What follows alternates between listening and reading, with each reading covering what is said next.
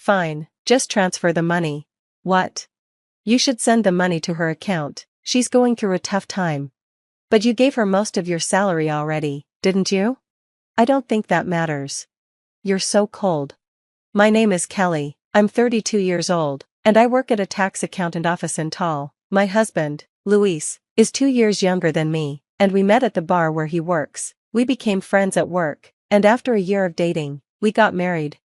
Luis had a very different childhood from mine. He grew up in an institution because his mom disappeared when he was young, and his grandmother passed away a year later. He lived in an institution from the age of 10. He doesn't like talking about his past, so I never ask. When we got married, my parents asked if I was okay with our different backgrounds. I told them I liked him, and it wasn't a problem, which was mostly true, but I wasn't completely sure. Luis is a quiet, caring, and gentle person. I thought we could support each other forever. Unfortunately, after 2 years of marriage, things started to change. It all began when my mother-in-law showed up. She appeared out of nowhere, and it was an emotional reunion. She and Luis cried together, but when I saw them crying, I didn't feel moved. Instead, I thought she was being selfish. I'm so sorry, it's been so long. I had financial problems and didn't want to drag you into them. I know, I've been trying to find you for a long time. I didn't know how to tell you I lost my house, but I'm glad we finally met. Luis seemed happy to see her, but I couldn't forget that she had left him at a very important time in his life. If she had been struggling with debt, how could she not care about him when she left? It didn't make sense to me. She was wearing blonde hair, short skirts, and revealing tops. She sounded like someone who drank a lot, but I told myself not to judge by appearances. Luis was happy, so I tried to be happy for them. It was nice seeing you. I hope we can meet again. I'm sure we will. Thanks, but I don't know if I can come again. Why? I don't have a place to stay. Luis looked at me. I shouldn't do this, but isn't it wrong to tell your son you don't have a place to live? If you really care about your children, you wouldn't burden them. I don't think a mother who disappeared should do this. His look said, let her stay here, please. Fine, I don't like it, but maybe I'm overthinking it. I should help her, I thought. I made eye contact with Luis, agreeing silently. Mom, you can live with us. Really? Thank you. Wow, that was fast. You really know how to act. It's suspicious. Thank you so much. We'll live together from now on. She moved in without any real apology. After she came, Luis tried his best to take care of her, even though it seemed painful. I didn't think she would be a problem. I thought Luis might be trying to do things he couldn't as a child. But after 2 weeks, the real her showed up. It happened when Luis went shopping, and I was working late. It was the first time we were alone. So, you're a tax accountant? She asked in a different tone. Yes. You must have a lot of money saved up. I really don't want to talk about this. You talk differently when Luis isn't here. He loves me, you know that. He wouldn't believe anything bad you say about me. By the way, you're making money, right? Can you lend me some? I don't want to. Come on, you should help me. It's only right that someone like you, who makes money, should lend some to people in need. That's how the world works. I've never heard that before. That's why kids today don't understand the world. Hurry up and give me the money. I'm not giving you money. From then on, whenever it was just the two of us, it was always the same conversation. I didn't want to tell Luis because I knew it would cause a fight, so I kept quiet, even though I could tell his mother was taking advantage of him. The first part was tough, but I tried to be patient. However, my patience only lasted for a month. Just when I was about to ask her to leave, she surprised me by saying she was moving out. This felt like a blessing I didn't even expect. Mom, are you really leaving? Yeah. I can't keep bothering you and Kelly. We're not those kinds of people. And you can't stay with us forever. Stop with the pearls. I'm happy about it, thanks. I found a new apartment. They said I don't even need a guarantor. I won't be a bother anymore. That's good. Let me show you. It's only 5 minutes away, so let's take a walk. Luis nervously followed his mom. After that, I started to lose trust in him. Since his mom showed up, my relationship with Luis had been neglected. He always put his mom's needs before mine, and he was pulling away from me. We walked to her new apartment and were shocked by how bad it was. It looked like a shady place, and I think it was even rumored to be haunted. Luis saw it and looked at his mom with tears in his eyes. Mom, please, come back to our home. It's fine. I'm living here now. Just visit me if you can. The next day, his mom moved out of our house. But I knew this was all part of her plan. Louise had fallen right into her trap. Kelly, can you help my mom somehow? Why should I? You saw that apartment. Don't you feel bad for her? That was just her trick. She's trying to get money from us. I'll never give her anything. Louise has no idea what kind of game she's playing. I'm not giving her any money. Why not? She's rented an apartment, so she must have money. She goes out, so she must be working. She's not working. She's volunteering at a nursing home during the day. Volunteering? That's a lie. I can't believe she's a volunteer. I won't believe it. What's your point? Nothing. I'm just not paying for it. Louise looked at me coldly. Kelly, you're fine as long as things are good for you, right? What do you mean? Kelly, you make more money than I do, and you think I should just listen to you. What are you talking about? When did I say that? It's in the way you act. Mom said it too. She said, Kelly is a little scary. I bet she left because of you. I felt like crying. What did he see in me before? You don't know anything, and now you're blaming me for everything. You don't even know your own mother. Do you know what I've been going through since your mother showed up? Have you ever thought about that? Don't try to make me feel guilty. After that huge argument, our relationship fell apart. We didn't speak for days. Then, a few days later, Louise called me. I answered to see what was going on. You're at work, right? Yeah. I'm really sorry, but I need you to visit my mom. Why? She hurt her leg and is having a hard time. She would really appreciate it if you went to see her, but I can't leave the store today because I have a vendor coming in. It would mean a lot if you could go. All right, I'll go after work, thanks. I sighed when I hung up. Even though things were difficult between us, Louis only called me when it was about his mom. I felt emptier and emptier. I pulled out the divorce papers and stared at them. I guess it's time to end this.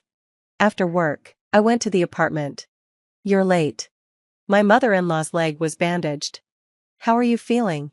Not well, that's why you're here. Hurry up and make me some tea. She sat on the sofa and started watching TV. I reluctantly went to the kitchen to make tea. Then I noticed a bank passbook in the cupboard. I glanced at my mother-in-law. She didn't notice. I quietly picked it up and checked the contents. Oh no, I couldn't stop myself from reacting. Shut up, I can't hear the TV. It took me a while to make the tea, but she kept complaining while watching TV. I looked around and saw she had nice teacups and dishes. I started to understand everything. Here's your tea, now I'm leaving. What are you talking about? Where's dinner? Why don't you cook it for yourself? You're the one who's paying for it. I don't think I should. You have plenty of money, don't you? She saw the passbook in my hand and quickly stood up. That's mine, don't you dare not give it back. She tried to reach for it, but there was no way she could reach me since I'm taller. I walked straight to the door, and she glared at me fiercely. Oh, I thought you broke your leg. You were limping just now. Just give it back to me. I left her apartment and went home. Louise greeted me. Thank you for going. My mom must have been in a lot of pain. No, she was fine. No, she couldn't have been. She must have been in pain. Did you give her the money? From the look on his face, he hadn't heard from his mom. What money? You didn't give me any money. No, don't you feel sad when you see your mom hurting? She needs money, and I thought you'd give it to her. So you think I should give her the money? Louise sighed. Fine, just transfer the money. What? You should send the money to her account. You know she's struggling. You gave her most of your salary, didn't you? I don't think that's necessary. You're so cold. I thought you'd understand after seeing your mom in pain. I've wasted so much time thinking about it. What have you been thinking about? Your mother's been pretending to be weak, because you're not nice at all. This is the only way she can get anything from us. I didn't know what else to say. I threw the passbook at Louise. Look at this. Do you still think she's poor? Wake up. What do you mean? Why does she have $70 million? She has money, but she keeps trying to get more from us. She left you alone when you needed her and then suddenly shows up asking to live with us and keeps asking for money, not just from you, but from me too. She asks me for money when you're not here. What makes you think this is the person you should protect? She's a hustler. If you still want to protect your mother, that's your choice, but I want a divorce. I'm done. You still don't believe me. You and your mom are the same. living in a shady house, trying to get money from me. You're just like her. I probably had more to say, but it didn't matter anymore. I couldn't understand why my husband believed his mother so much. He had waited for her for so long, but I couldn't tell him that he was being used and unloved. After that, Luis and I got divorced. I didn't get alimony. I couldn't take his money after his mother tricked him. I also didn't get any of the shared property. We agreed to keep our savings separate. A month later, Luis was waiting for me outside my office. I told him to just say what he needed. He told me something I couldn't believe. My mom got arrested for theft and fraud. She had been asking elderly people at the nursing home for their PIN numbers and passbooks. Their families reported her, and she's in jail now. She was arrested again for more crimes. Fortunately, the money she tried to get from Luis was safe. It was returned to the victims. Luis apologized and then disappeared from my life. It was sad to see him go. That was the end of my short marriage, but I was glad it was over. The darker side of Luis was too much for me. I hope I can find someone I can truly be with someday. I think I'm done with marriage for now. I'm more comfortable focusing on my career. I'm going to work harder and maybe open my own office someday. That's my new goal. Luis's mother was all about money, and the way Luis handled it was heartbreaking. Parents shape a child's character, don't they? Luis was truly a victim of his mother. I hope that both Kelly and Luis find happiness in the future. Thank you for watching until the end. Please subscribe to our channel if you liked the video. See you in the next one. I never thought I'd feel jealous watching someone else's mom make dinner, but there I was, frozen in Tessa's kitchen doorway, watching Mrs. Monroe teach her daughter how to properly dice an onion. The way she guided Tessa's hands, laughing at her daughter's exaggerated tears from the fumes, it hit me like a punch to the gut. My name's Lila, and I've spent 18 years pretending I was fine with how things were in my family. But something about that simple moment between Tessa and her mom cracked something open inside me that I couldn't close again. "You're holding the knife too flat, honey," Mrs. Monroe said, adjusting Tessa's grip. "There you go. Now you won't slice your fingers off." She kissed the top of Tessa's head and I had to look away. "Earth to Lila," Tessa called out. "You gonna help us with this curry or just stand there looking tragic?" I forced a smile and stepped into their warm, chaotic kitchen. Counter was covered in half-chopped vegetables, and something aromatic simmered on the stove. It was so different from my house, where takeout containers and pristine and used appliances ruled the kitchen. "Sorry, just zoned out for a second," I said, grabbing a knife. "What do you need me to do?" Mrs. Monroe handed me a pile of bell peppers.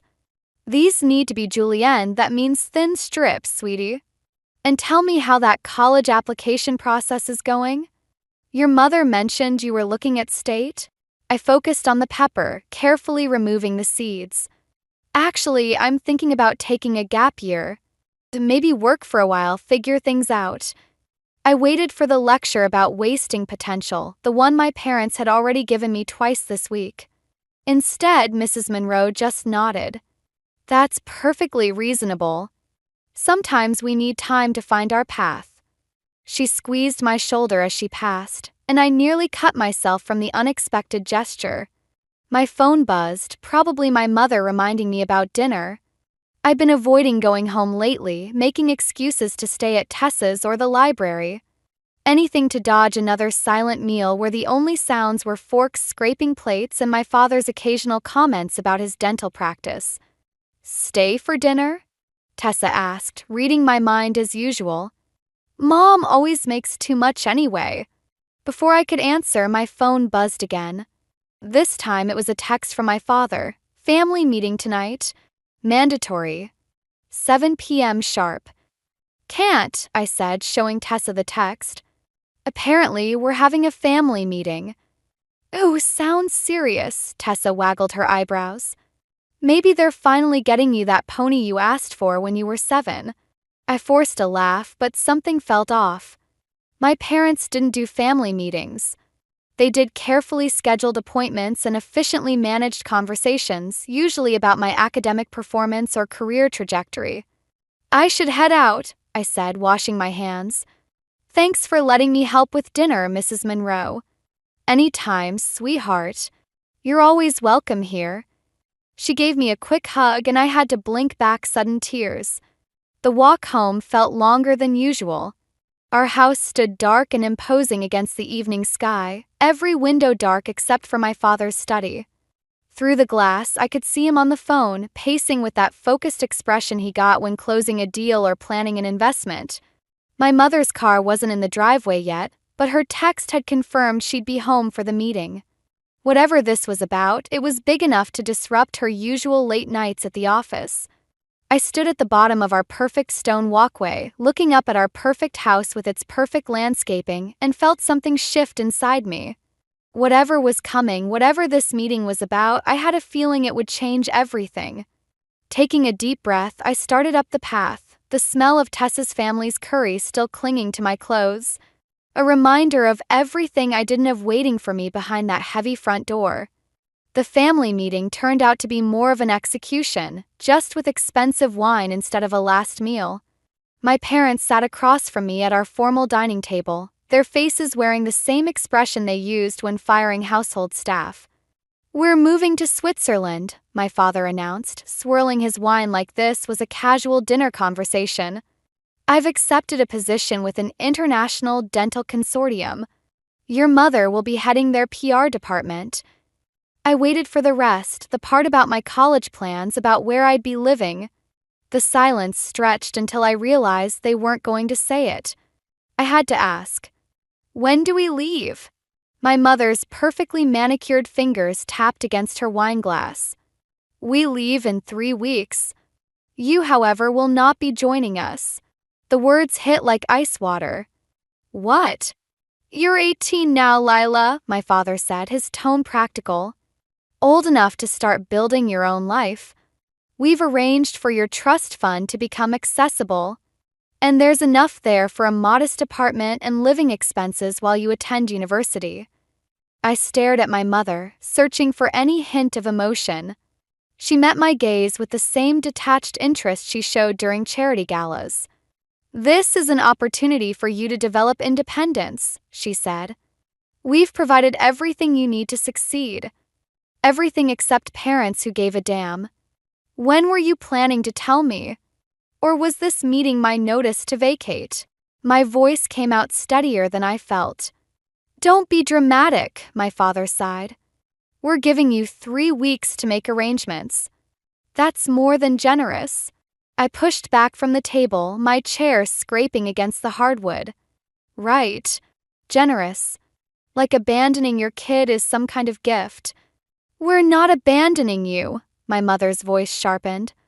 "We're treating you like the adult you are. Many young people would be grateful for this level of financial support." I laughed, the sound harsh in our too-perfect dining room. "Yeah, I'm sure lots of kids dream of being bought off so their parents can start a new life without them." Moving toward the stairs, I heard my father call out, "Where are you going?" "We haven't finished discussing the arrangements." "I'm going to pack," I shot back. "Wouldn't want to waste any of your generous 3-week notice." In my room, I grabbed my laptop and started searching for apartments, my vision blurring. A notification popped up, an email from my mother, already forwarding contact information for realtors and financial advisors. Of course. They'd probably had this planned for months. My phone buzzed with a text from Tessa. "How was the family meeting? Everything okay?" Before I could respond, I noticed an envelope that had fallen from my mother's home office while I was storming upstairs. The address caught my eye. It was to my Aunt Marge, my mother's estranged sister who we never discussed. The letter was unsealed. I knew I shouldn't read it, but at this point, what more could they do to me? The contents made my hands shake. "Marjorie, I know you'll never forgive me for what happened with David. I live with that choice every day. But now that Graham and I are leaving, I need you to watch over Lila. She has too much of him in her, that same softness that made David so vulnerable. I can't protect her from that anymore." Who was David? And what choice was my mother living with? A knock at my door made me shove the letter under my pillow. My father stood there, holding a folder. "These are the documents you'll need," he said, placing them on my desk. "The realtor can show you properties starting tomorrow." I looked at him, really looked at him, and saw something I'd never noticed before. Fear. But of what? Dad, I started, but he was already turning away. Get some rest, Lila. You have a lot to arrange in the next few weeks. I sat on my bed, the mysterious letter burning under my pillow, my phone buzzing with Tessa's concerned messages, and realized I had two choices. I could do what I'd always done, follow their plans, be the perfect daughter even in abandonment, or I could finally start asking the questions they never wanted me to ask. Starting with finding out who David was and what my mother had done to him. The Moonlight Cafe wasn't my first choice for a job. But beggars can't be choosers when they're racing against a 3-week deadline to build an independent life. Leo Hargrove, the owner, hired me on the spot, his smile a little too warm as he showed me around the kitchen. Such a shame about your parents, he said, demonstrating how to work the espresso machine. I knew your mother back in high school. She was different then. The way he said different made me look up sharply, but his expression gave nothing away. Everyone in this town seemed to have secrets about my family except me. Different how? I asked, trying to sound casual while steaming milk. Leo shrugged, but his eyes held mine a moment too long. People change. Sometimes for good reasons. He glanced at the clock. Take your break. We should talk about your situation. In his office, Leo leaned back in his chair, studying me. You know, I have an apartment above the cafe. Previous manager lived there. It's sitting empty now. My heart jumped. The real estate agent had shown me nothing but overpriced dumps all week. Really? Could be yours. Reduced rent for an employee, of course. He smiled that too warm smile again. We'd need to work out some arrangements. Something in his tone made my skin crawl. What kind of arrangements? Nothing unreasonable. Extra shifts, helping with books, keeping me company during late nights. He reached across the desk, his fingers brushing my hand. I could be very generous to the right person. I jerked back, nearly knocking over my chair. I should get back to work. Don't be hasty, Lila. You're in a tough spot. I'm offering help. His voice hardened slightly. Your mother would understand. She made similar choices when she was young. The implications hit me like a slap. What exactly do you know about my mother? Enough to know the apple doesn't fall far from the tree. He stood, moving around the desk. Think about it. The offer stands. For now. I backed toward the door. I quit. You're just like him, Leo called after me as I fled. David never could see an opportunity when it was right in front of him either. I froze. David? But Leo just smiled and turned away, leaving me with another piece of the puzzle I couldn't quite fit. Sighed, I slumped against the building, hands shaking as I pulled out my phone and the crumpled letter from my pocket. 2 mentions of David in 2 days after 18 years of never hearing the name. I googled David Caldwell plus our town name. The first result made my blood run cold. Local teen's disappearance remains unsolved after 20 years. The grainy photo showed a boy around my age, with a familiar smile that hit me like a punch to the gut. My phone buzzed, a text from my mother. The realtor said you haven't chosen an apartment yet. Time is running out. Another buzz. Stay away from Leo Hargrove. I stared at the second message, anger and confusion burning in my throat. Now she wanted to protect me? After arranging to abandon me in the same town where her nephew had vanished? My fingers moved before I could think better of it, typing in Aunt Marge's address from the letter. It was only a 20-minute drive. Going to be late, I texted my parents. Don't wait up. The response came instantly. Do not contact Marjorie. This isn't up for discussion. But I was done with their discussions, done with their secrets and schemes. If they wouldn't tell me the truth about David, about why they were really leaving town, about what Leo knew, then I'd find someone who would. I got in my car and pulled up directions to Aunt Marge's house, the newspaper article about David still open on my phone. Whatever had happened 20 years ago, whatever choice my mother had made, it was all connected to why they were abandoning me now. And I was going to find out exactly what they were running from. Aunt Marge's house looked exactly like the kind of place someone with secrets would live, all overgrown hedges and peeling paint, with wind chimes that rattled like old bones in the evening breeze. I sat in my car for 10 minutes before working up the courage to knock. The door opened before my knuckles could touch it. I wondered when you'd show up. Aunt Marge looked nothing like my mother, where Celeste was all polished edges. Marge was soft curves and faded flannel. You have his eyes. David's. The name slipped out before I could stop it. Something flickered across her face. Come in before the neighbors start talking. God knows they've done enough of that over the years. The inside was cluttered but clean, with mismatched furniture and walls covered in photographs. I stopped at one showing my mother as a teenager, her arm around a smiling boy who could only be David. That was 2 weeks before, Marge said quietly. Before everything changed. What happened to him? She moved to the kitchen, putting on a kettle. Your mother never told you? My mother never tells me anything. I followed her, watching as she pulled out 2 chipped mugs. But Leo Hargrove seems to know all about it. The mug slipped from Marge's hands, shattering on the linoleum. You've spoken to Leo? He offered me a job. And an apartment. And other things. Marge's face went pale. You stayed away from him? I quit.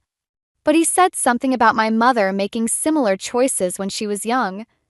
That bastard, Marge whispered, her hands shaking as she cleaned up the broken ceramic. After all these years, he's still... My phone buzzed, another text from my mother. Come home immediately. We know where you are. They're going to try to stop me from finding out the truth, aren't they? I showed Marge the message. She straightened up, something hardening in her expression. Your mother's been running from the truth for 20 years. But maybe it's time someone finally told it. Before she could continue, headlights swept across the windows. Car door slammed. Marjorie! My mother's voice, sharp as broken glass. Open this door. Marge grabbed my arm. Back door. Go to the garage. There's a box on the top shelf marked David's things. Take it. Read everything. Then you'll understand why they're leaving and why they want you gone too. Marge, please. Go. I'll hold them off. But Lila. Her eyes met mine. Whatever you read, remember, your mother wasn't the only one who made choices that night. We all did. Even David. I slipped out just as the front door burst open. Through the kitchen window, I saw my parents enter, my father looking uncomfortable, my mother radiating cold fury. Where is she? Celeste demanded. Hello, sister. 20 years since you've crossed my threshold, and that's how you greet me. I crept into the garage, finding the box exactly where Marge said it would be. Inside was a stack of newspapers, letters, and a leather-bound journal. The first headline made my blood freeze. Local teen missing after confrontation at Moonlight Cafe. Beneath it was a photo of Leo Hargrove, 20 years younger, being questioned by police. And there, in the background, barely visible, my mother, being led away in tears. A noise from the house made me jump. I shoved everything back in the box and slipped out the side door just as I heard my mother's voice rise. You have no right to tell her anything about that night. She has every right to know why her cousin disappeared, Marge shot back. And why you've been protecting his killer all these years. I nearly dropped the box. Killer? My mother had protected David's killer? As if sensing my thoughts, my phone lit up with one final message from my mother. Whatever you think you know, you don't understand. Come home now or there will be consequences. But standing there in the dark, clutching a box full of 20-year-old secrets, I realized I was done letting them threaten me with consequences. It was time they faced some of their own. I spent the night in Tessa's garage, surrounded by David's box of secrets. The newspapers painted a familiar story, Teenage boy vanishes after late-night argument at local cafe. But David's journal told a different tale, one that made my hands shake as I read. Leo knows about Mom and Uncle Jack, the last entry read. Says he'll tell everyone if I don't keep quiet. But Celeste says she has a plan. My mother had a plan. And hours later, David disappeared. Dawn was breaking when Tessa found me, still reading. Your mom's been calling everyone, she said, sitting beside me. She even called my parents at midnight. Did you know about any of this? I showed her the newspaper clipping about David. Mom and Dad never talk about it. But sometimes when your mom comes up in conversation, they get this look. She trailed off, reading over my shoulder. Wait, Uncle Jack? As in your dad's brother. The one who died in that car accident the year before I was born. I pulled out another letter, this one from David to my mother. Except according to this, he didn't die in an accident. He killed himself after Leo threatened to expose their affair. My phone buzzed. Aunt Marge, your mother's looking for you. Be careful. Leo's helping her search. Why would she team up with Leo? Tessa asked. If he's the one who? Because they're both protecting something bigger than David's disappearance. I held up the journal. The last few entries, David was investigating money moving through the cafe. Large deposits, always after Uncle Jack's dental practice made withdrawals. Money laundering? Through Dad's practice too, after Uncle Jack died. David figured it out, threatened to expose everything. I closed the journal, feeling sick. No wonder they're running to Switzerland. And leaving me behind as a distraction. Tessa grabbed my arm. Lila, look. Through the garage window, we could see Leo's car crawling past, scanning the street. My phone lit up again, my mother. Whatever David told you in those journals, he was confused. Come home. We can explain everything. How does she know about the journals? Tessa whispered. Because Aunt Marge must have told her what she gave me. I started shoving everything back in the box. Which means... A knock at the garage door made us both jump. Lila. Aunt Marge's voice. I know you're in there. Please, we need to talk. I opened the door cautiously. Marge looked exhausted, her eyes red. I had to tell them what I gave you. They have leverage. You mean they threatened you? I said flatly. Like they threatened David? It's complicated. What happened that night? Was my mother involved in David's disappearance? Marge flinched. She was trying to protect him. We all were. But Leo, he had other plans. And now you're all protecting Leo? After what he did. We're protecting you. Marge's voice cracked. Why do you think your mother is leaving you behind?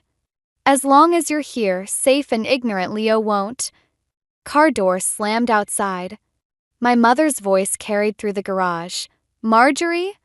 Is she in there? Marge grabbed my shoulders. Whatever you do, don't confront Leo. He's been watching you since you turned 18. Just like he watched David. Why? What does he want? The same thing he wanted then, someone young and desperate enough to be controlled. To keep the operation running while your parents established the European connection. Another car pulled up Leo's distinctive engine. Marge pressed something into my hand, a key. Storage Unit 23, Cross Creek Facility. Everything David collected is there. The proof he never got to show the police. She pushed me toward the back door. Run. And Lila? I'm sorry. For all of it.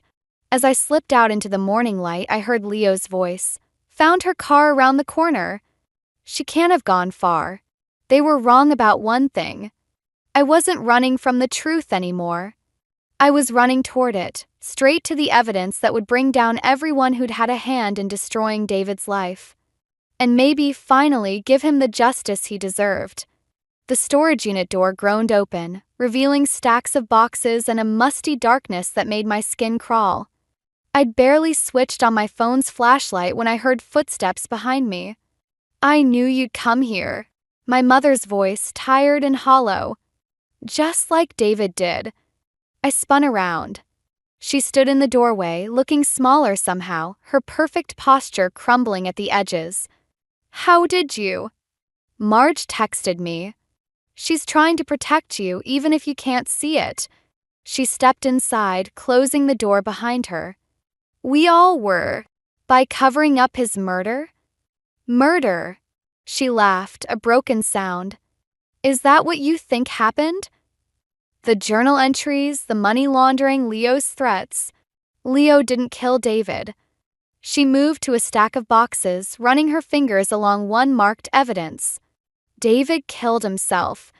Right here in this storage unit. After I convinced him to help us trap Leo. The flashlight beam trembled. What? We thought we were so clever.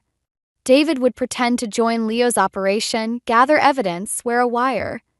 Her voice cracked. But Leo knew. He always knew. He showed David photos of me, of Jack, of all the evidence he had against our family. Said if David went to the police, we'd all go down. So David just gave up. He left a note, saying he couldn't live with either choice, destroying his family or letting Leo win. She pulled something from her pocket, a folded piece of paper, worn at the creases.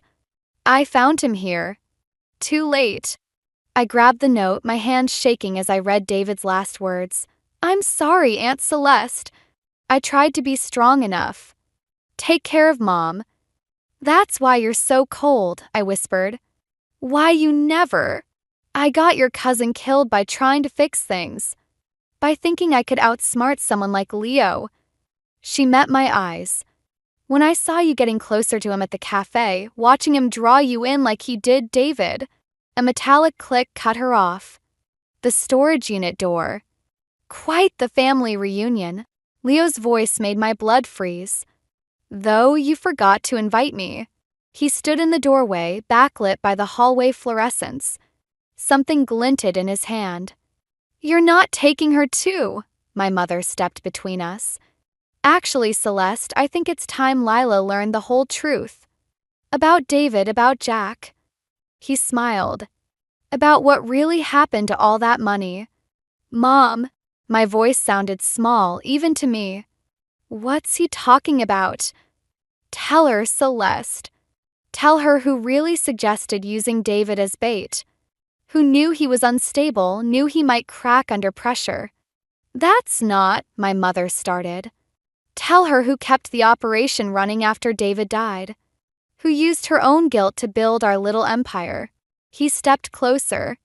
Tell her why you're really running to Switzerland. My mother's shoulders sagged.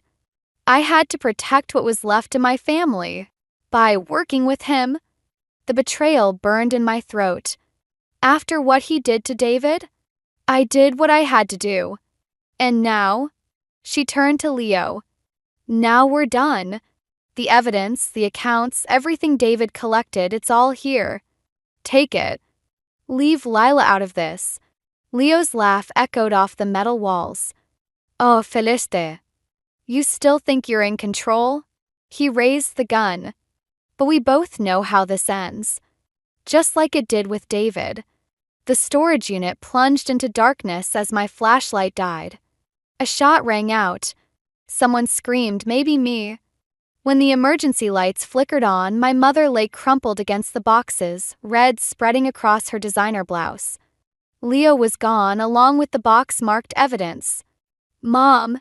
I pressed my hands against the wound, feeling her blood seep through my fingers. Stay with me. Please. Her eyes focused on something behind me. Run, she whispered. Footsteps approached. Like mother, like daughter, Leo's voice came from the doorway. Always trying to fix things that should stay broken. I turned, seeing the gun aimed at my head, and realized with startling clarity that I finally understood how David felt in his final moments. Sometimes there are no good choices left. The fluorescent lights flickered as Leo's finger tightened on the trigger. My mother's blood was still warm on my hands, and somewhere in the distance, sirens wailed. You won't shoot me, I said, surprising myself with how steady my voice sounded. You need me. Leo's smile didn't reach his eyes. And why's that? Because I'm the only one who knows about the second set of books. The words tumbled out before I could second-guess them. The ones David actually hid. His gun hand wavered slightly. Behind me, I heard my mother's labored breathing. You're bluffing, Leo said, but uncertainty crept into his voice. David never had time to tell you about them? Course not. You scared him into suicide before he could. I stood slowly, positioning myself between Leo and my mother. But he told someone else. Someone you never suspected. A door slammed somewhere in the storage facility. Leo's head jerked toward the sound. You really think David would trust his aunt? I pressed. The sister of the woman having an affair with his uncle? No. He trusted someone his own age. Someone who could wait years to use the information. Tessa, Leo breathed. That's why you two were always at the cafe. I forced a laugh. All those years, watching you, learning your operation. Did you really think I applied for that job by accident? The sirens were closer now. Leo's face twisted with rage and doubt. You're lying, he snarled, but his eyes darted to the door again. Maybe. But can you risk it? Police are coming. If those books surface. I took a step forward. How many people did you really kill, Leo? David wasn't the first, was he? Shut up. The gun shook in his hand. Or was it all just manipulation? Making people think death was their only escape? Another step. Like you tried with me? I said shut. The storage unit door burst open. Aunt Marge stood there, holding something that made Leo's face go white. Looking for this? She held up a USB drive. David gave it to me the night he died. Said if anything happened to him, I should keep it safe until Lila was old enough. That's impossible, Leo whispered. You weren't even in town that night? Marge's laugh was bitter. I was. Celeste called me worried about David. I got here too late to save him, but not too late to find what he left behind. Leo swung the gun toward Marge. I lunged, grabbing his arm. The shot went wide, sparking off metal walls. We grappled for the weapon as Marge shouted something I couldn't hear over the blood pounding in my ears. His finger found the trigger again. I twisted, remembering a self-defense move Tessa's dad had taught us years ago. The gun went off. Leo staggered back, a look of surprise crossing his face as red bloomed across his chest. He fell, the gun clattering away. Lila, my mother's voice, weak but urgent. The box? Under the tarps. I scrambled to where she pointed. Under dusty tarps lay a metal box, its lid covered in familiar handwriting David's. He knew, my mother whispered as I opened it. Knew what would happen. Left everything we'd need. Inside were files, photos, USB drives, 2 decades of evidence against not just Leo but everyone involved in his operation. And on top, a letter addressed to me. Dear Lila, it began. If you're reading this, it means you're facing the same choice I did. But you're stronger than I was. You'll make the right decision. The storage unit filled with police and paramedics. As they loaded my mother onto a stretcher, she grabbed my hand. I'm sorry, she said. For everything. For not being strong enough to end this years ago. I squeezed her hand, watching Leo's still form being covered with a sheet. It's ended now. Aunt Marge wrapped an arm around me as the paramedics wheeled my mother away. David would be proud, she said softly. You finished what he started. I looked down at the letter in my hands, thinking of choices and consequences, of strength and weakness, of the thin line between justice and revenge. No, I said. We all did. 6 months later, I stood in front of the renovated Moonlight Cafe, now transformed into a community center. The grand opening banner fluttered in the spring breeze, and Aunt Marge squeezed my hand as we watched families stream inside. David would have loved this, she said softly. My mother approached slowly, still walking with a slight limp. Her designer clothes were gone, replaced by simple jeans and a sweater. "The art therapy program starts next week," she said. "We already have 10 teens signed up." The irony wasn't lost on any of us, turning Leo's hub of manipulation into a safe haven for vulnerable youth. Sometimes the best revenge is healing what your enemy tried to destroy. "Dad called again," I told them, watching their reactions carefully. "Wants to explain his side of things." "What are you going to do?" my mother asked, her voice careful, neutral. I pulled an envelope from my bag, the last piece of David's legacy found buried in one of his boxes. "I think I'll send him this instead." Inside was a photo of my father with Leo, dated years before I was born, both men smiling over signed documents. On the back, David had written, "The beginning of everything. Remember who chose this path." "Are you sure?" Marge asked. "Some doors are hard to close once they're opened." "Some doors shouldn't stay closed," I replied, thinking of all the secrets that had poisoned our family. "Besides, he deserves to know why I'm choosing to stay here." My mother flinched slightly at that, but didn't argue. We'd spent months rebuilding our relationship, learning to talk without hiding behind perfect facades and practiced lies. It wasn't always pretty, but it was real. Tessa emerged from the center, grinning. "You guys have to see this, the kids are already filling up the suggestion box. Someone even asked if we could start a creative writing program." "For processing trauma through storytelling," my mother mused. "That's actually brilliant." Speaking of storytelling, Marge pulled something from her purse, a worn journal with David's name on the cover. "I think it's time for this to have a new home." I stared at it. "But that's the journal that started everything?" "Yes." She pressed it into my hands. "But look at the blank pages in the back. They're waiting for a new story. Your story." As if on cue, a group of teenagers walked past, laughing and pushing each other playfully. They reminded me of David's photo, of how young and full of hope he'd been before everything went wrong. "Maybe some stories don't need endings," I said, running my fingers over the journal's worn cover. "Maybe they just need new beginnings." My mother touched my shoulder, a gesture that once would have felt foreign but now carried the weight of everything we'd survived together. "New beginnings require letting go of old endings." I nodded, thinking of the letter I'd written to my father, still unsent. "I forgive you, but I don't need you. I found my family in the truth, not in comfortable lies." Inside the center, someone started playing piano, halting, beautiful notes floating through the open doors. Life finding its way through the cracks of what was broken. "Ready," Tessa called from the entrance. "The writing workshop's about to start." I looked at these women, my aunt who kept faith, my friend who kept secrets, my mother who kept trying, and felt something settle in my chest. Not peace exactly, but purpose.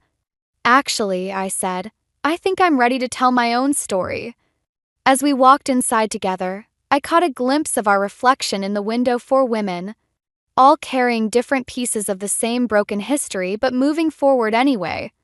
Behind us, David's journal waited in my bag, its blank pages promising something I'd never understood until now.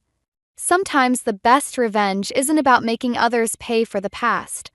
Sometimes it's about refusing to let that past define your future. And sometimes, if you're lucky, you find the family you need in the aftermath of losing the one you thought you wanted. Glass shattered downstairs, followed by a muffled curse that made my blood run cold. I knew that voice. The same voice that had criticized my wedding dress, my choice of career, and most recently, my parenting skills. I gripped the baseball bat from behind our bedroom door, my bare feet silent on the hardwood floor. Charlie slept peacefully in his room, unaware that his grandmother had just broken into our house at 3 in the morning. The kitchen lights blazed as I crept down the stairs. Dolly Monroe stood amid a sea of scattered luggage, holding a broken flower vase like it personally offended her. Her silver-streaked hair was perfectly coiffed despite the ungodly hour. "Really, Penelope? These hideous flowers by the door?" I told Mark you have no sense of style. She dropped the broken pieces into the trash without a hint of remorse. Where's my son? What are you doing in my house, Dolly? Don't be dramatic. I'm moving in. She wheeled another suitcase through the doorway. Marcus knows all about it. My fingers tightened around the bat. Mark knows nothing about this. Oh, but he does. She pulled out her phone, showing me a text conversation. He agreed weeks ago. Didn't he tell you? My husband's messages glowed on the screen. Of course you can stay, Mom. As long as you need. Dated 3 weeks ago. The bat lowered to my side as reality sank in. My own husband had betrayed me, invited his mother into our sanctuary without a single word to me. Now, be a dear and help me with these bags. Dolly gestured to the pile of expensive luggage cluttering my entryway. The guest room needs a thorough cleaning, by the way. I noticed cobwebs last time I visited. There is no guest room anymore. It's Charlie's playroom. Her face hardened. Well, that won't do at all. We'll move his things tomorrow. Children don't need that much space anyway. You're not touching my son's room. Don't be difficult, Penelope. I raised Marcus just fine without all these modern parenting notions. She began dragging a suitcase toward the stairs. Speaking of which, I've noticed Charlie seems quite attached to you. Not healthy at his age. My chest tightened. He's 2. Precisely. Marcus was much more independent at that age. But we'll work on that. Footsteps creaked overhead, Mark, finally awakening to the chaos below. I watched him descend, his face shifting from confusion to recognition to guilt. Mom? What are you doing here now? I thought you weren't coming until next month. Plans changed, darling. She kissed his cheek, shooting me a triumphant look. The house sold faster than expected. But you said any time was fine, remember? Mark's eyes met mine, pleading for understanding. Penny, I meant to tell you. When? The word came out sharp enough to make him flinch. When exactly were you planning to tell me your mother was moving in? Don't be angry with him, Dolly interjected. He's such a good son, taking care of his mother in her time of need. A cry echoed from upstairs, Charlie, awakened by the commotion. Before I could move, Dolly was already heading toward the stairs. I'll get him. Poor dear needs his grandmother's touch. Don't you dare. My voice was barely a whisper, but it stopped her mid-step. Touch my son, and I swear. Penny! Mark's shock at my tone only fueled my rage. No. I moved between Dolly and the stairs. This is my house. My son. You don't get to waltz in here and take over. Dolly's smile never wavered. Oh, sweetheart. I already have. Charlie's cries grew louder, and I faced a choice: deal with my mother-in-law or comfort my son. As I turned to climb the stairs, I caught her satisfied smirk. This was just the beginning. She thought she'd won, but she had no idea what I was capable of. Not yet. 3 days into Dolly's invasion, I found her rearranging my kitchen cabinets. My grandmother's china set, the only thing I had left of her, sat in a cardboard box marked donate. These old dishes were taking up so much space, she said, not bothering to look at me. And really, Penelope, organizing by color instead of function? No wonder Marcus always complained about never finding anything. I clutched the box to my chest. Mark never complained about the kitchen. Oh, he wouldn't, to you. She slid another stack of plates into a new spot. He's too kind. But a mother knows when her son is unhappy. The sound of Charlie's laughter drifted in from the living room, where Mark was supposedly watching him. Instead, I found my 2-year-old covered in chocolate, drawing on the walls with sticky fingers while Mark dozed on the couch. I gave him a little treat, Dolly called from the kitchen. Poor thing never gets sweets. All that organic nonsense you insist on. I grabbed the wet wipes, kneeling beside Charlie. Hey, baby. Let's get you cleaned up. No. He squirmed away, leaving chocolate handprints on my shirt. Gamma said play. The word stabbed through me. 3 days, and she'd already trained him to call her that. Mark. I nudged his foot. Wake up. Your son is destroying our walls. He stirred, blinking at the mess. Oh, shit, shoot. Sorry, I dozed off. While your mother fed him sugar and let him vandalize the house. Come on, Penny. It's not vandalism. He's just being a kid. A kid who's going to be impossible to put down for his nap now. Dolly appeared in the doorway. Naps are another modern obsession. Marcus never needed them past age 2.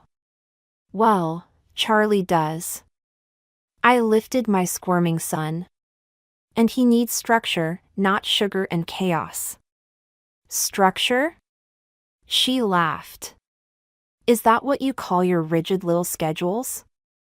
Children need freedom to explore. Mom, Mark started, but she waved him off. I'm only trying to help.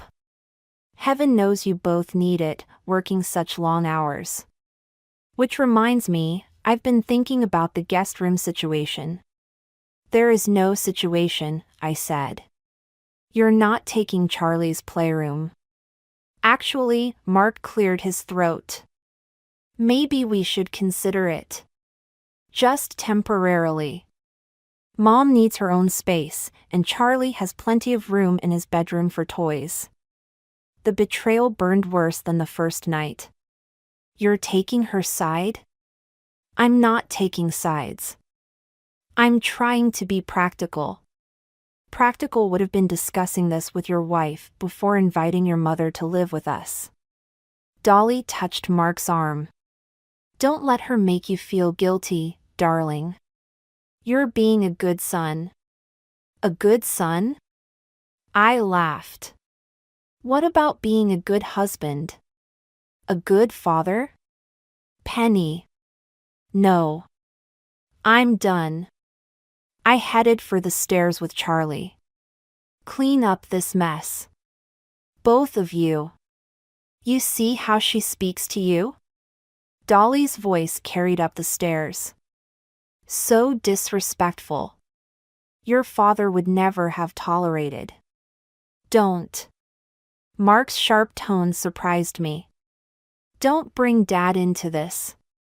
I paused on the landing, holding Charlie closer.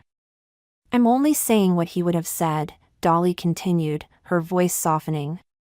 He always worried about you, you know. Worried you'd let someone control you. The silence that followed felt heavy with unspoken words. Then Mark sighed, that same defeated sound I'd heard too often lately. I'll clean up the walls, he said. And maybe we can look at reorganizing the upstairs this weekend. I carried Charlie to his room, my mind racing. Dolly wasn't just trying to take over my house, she was rewriting history, manipulating Mark's memories of his own father. But she'd made a mistake, revealing that particular weapon. Because I remembered Mark's father differently. Remembered the letters he'd written Mark before he died, warning him about Dolly's manipulations. Letters that Mark had never seen, because his mother had intercepted them. Letters I'd found in our attic last year, hidden in an old box of Mark's childhood things. I kissed Charlie's chocolate-stained cheek. Time to clean up, baby. Mommy has some planning to do. The letters felt heavy in my hands as I sat in Lisa's kitchen, away from Dolly's prying eyes. My neighbor poured more wine, waiting for me to speak. "She's playing sick now," I said, clutching her chest, taking these mysterious pills. Mark's completely falling for it. Classic manipulation. Lisa leaned forward. "What's in the letters?" "Everything." His father knew what she was doing, tried to warn Mark before he died. I spread the yellowed pages across her counter. He wrote about how she isolated them, controlled everything through guilt and fake emergencies. A text lit up my phone, Mark asking where I was. I ignored it. "You have to show him," Lisa said. I tried. This morning, I mentioned his father's concerns about Dolly. He shut down completely, said I was being cruel bringing up painful memories. While she gets to weaponize those same memories? My phone buzzed again. This time it was Dolly. "Marcus is worried sick. I'm not feeling well, and Charlie keeps asking for his mother." "She's good," I muttered, showing Lisa the text. "Really good. You need to get back, don't you?" I nodded, gathering the letters. "Thanks for the wine. And the sanctuary." The house was quiet when I returned, too quiet. I found Mark in the kitchen, his face grave. "Where were you?" he asked. "At Lisa's. I needed a break. While Mom was having chest pains?" My stomach clenched. "What?" She could barely breathe. "Penny. Charlie was crying, and you weren't here. I was gone for 2 hours. The doctor's coming tomorrow. He wouldn't meet my eyes. Mom thinks the stress is making her condition worse." "What condition?" "She's never mentioned any condition before." "Because you never bothered to ask." His outburst startled us both. "You've been hostile since she arrived. Maybe if you tried to understand." "Understand what?" "How she's systematically taking over our home. Undermining every decision I make about Charlie." "She's trying to help." "No, she's manipulating you. Just like she always has." His face hardened. "You don't know anything about my mother. I know your father tried to warn you about her." "Don't." "He wrote you letters, Mark. Letters she hid from you." "Stop it." He turned away. "I'm not having this conversation." From upstairs, Dolly's voice carried down, "Marcus? I'm feeling quite faint." He rushed past me without another word. I followed, reaching the top of the stairs in time to see Dolly swooning dramatically on the landing, one hand pressed to her heart. "Maybe we should go to the hospital," Mark suggested, supporting her. "No, no." She patted his arm weakly. "I just need rest. And perhaps if things were calmer here." Her eyes met mine, triumphant despite her performance. "I'll make you some tea," Mark said. "Such a good son." She smiled. "Oh, and Penelope? Charlie's toys are everywhere in that playroom." I nearly tripped. "We really must do something about that space." I watched them disappear into her temporary room, the room she was systematically turning permanent. Through the partially open door, I heard her murmuring to Mark. "I hate to say it, darling, but I'm worried about Penelope. These accusations, the hostility. It reminds me of your father's sister. You remember what happened to her? Mom, please. I just don't want history repeating itself. Especially with Charlie so young." I backed away, my hands shaking. She wasn't just trying to take my home or undermine my marriage. She was laying groundwork, planting seeds of doubt about my stability, my fitness as a mother. In Charlie's room, I found him sleeping peacefully, clutching the stuffed elephant I'd given him. Dolly had tried to replace it with a new toy, but he'd refused. My small victory. I touched his soft cheek, making a decision. The letters weren't enough. I needed more, concrete evidence of her manipulation, her lies. And I needed to move fast, before she convinced Mark I was the threat to our family's stability. "Sweet dreams, baby," I whispered. "Mommy's going to fix this. Whatever it takes." I found the papers in Dolly's purse while searching for her supposed heart medication. Instead of prescription bottles, I discovered legal documents, a deed transfer form for our house. Already filled out with Mark's signature line highlighted in yellow. My hands trembled as I photographed each page with my phone. Through the bedroom window, I could see Dolly in the garden with Charlie, teaching him to pull up my carefully planted herbs. Weeds, she'd called them yesterday. This garden needs a proper English layout. The front door opened downstairs. Mark, home early.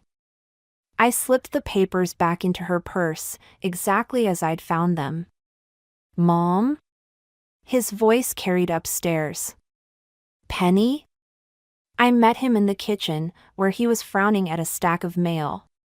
"Why is there a letter from the bank about refinancing?" he asked. "What?" He held up the envelope. "Did you apply for a loan without telling me?" "I've never," the realization hit like ice water. "Show me that." The application was in both our names, with forged signatures and inflated income statements. My stomach lurched when I saw the requested amount, enough to buy out my share of the house, if someone were planning to force a sale. "Mark, I didn't do this." "Then who did?" His voice had that edge now, the one that appeared whenever he thought I was attacking his mother. "Because it wasn't me, and Mom's been too sick to." "Sick?" I laughed, the sound harsh even to my ears. "Go check her purse. See how many heart medications you find. Stop it. Just stop." He rubbed his temples. First the accusations about Dad's letters, now this? What's next? Are you going to claim she's trying to steal the house too? The irony burned. "Actually." "Marcus?" Dolly appeared in the doorway, supporting herself on the frame. Charlie clung to her leg, dirt smeared across his cheeks. I heard raised voices. "Is everything all right?" "Everything's fine, Mom. Just discussing some paperwork." Her eyes flickered to the loan application, then to me. A slight smile touched her lips. "Gamma stay forever?" Charlie asked, and something in me snapped. I grabbed my phone, pulling up the photos. "Look at these, Mark. Really look. What are you?" "Your mother's been planning this from the start. The deed transfer, the loan application, she's trying to take our home." Dolly swayed dramatically. "Oh, Marcus, she's doing it again. Just like this morning, making these wild accusations. I have proof this time." I thrust the phone at Mark.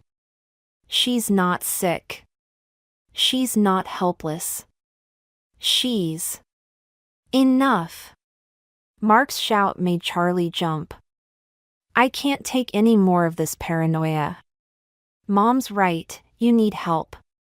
"Help?" The word felt like ash in my mouth.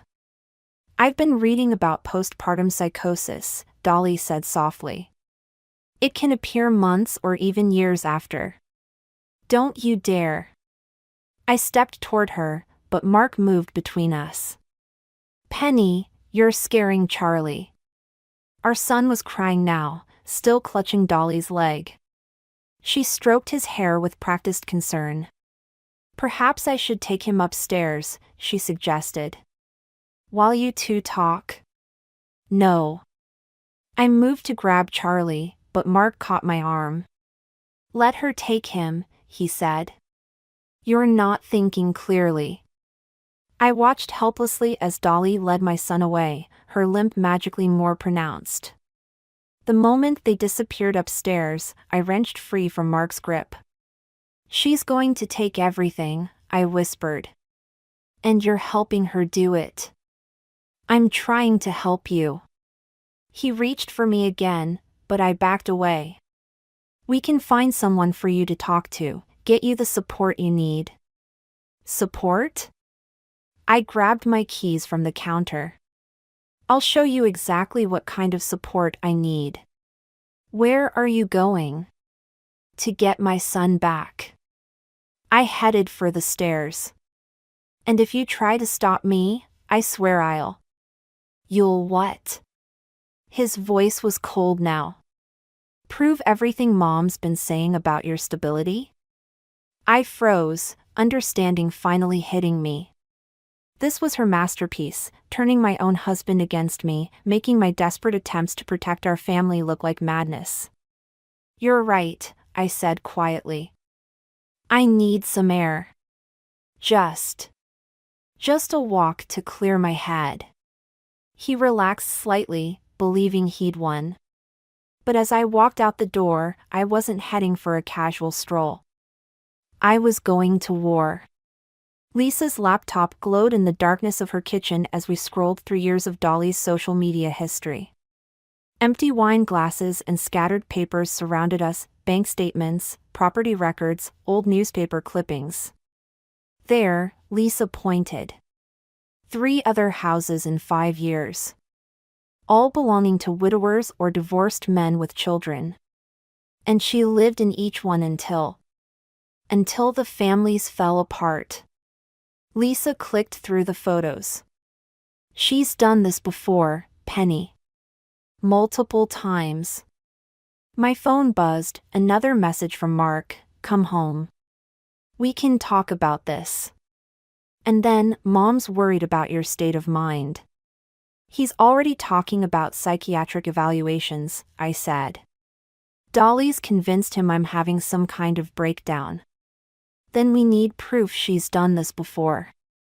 Lisa opened another tab. Look, this woman posted warnings about her years ago.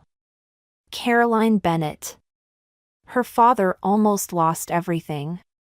A sharp knock at Lisa's front door made us both jump. Through the window, I saw Mark's silhouette. Hide this, I whispered, helping Lisa clear the evidence. He can't know what we found. Mark's face was tight with concern when Lisa let him in. Charlie's been crying for you. I needed space to think. About what? Running away? Taking our son? He stepped closer. Mom found the packed bag in your closet. The bag I'd never packed. The trap I should have seen coming.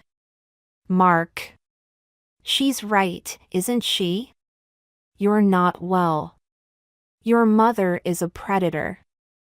The words burst out before I could stop them. She's done this before, to other families. I can prove it. More conspiracy theories? He shook his head. This is exactly what she warned me about. Ask Caroline Bennett. I grabbed my phone, pulling up the social media post.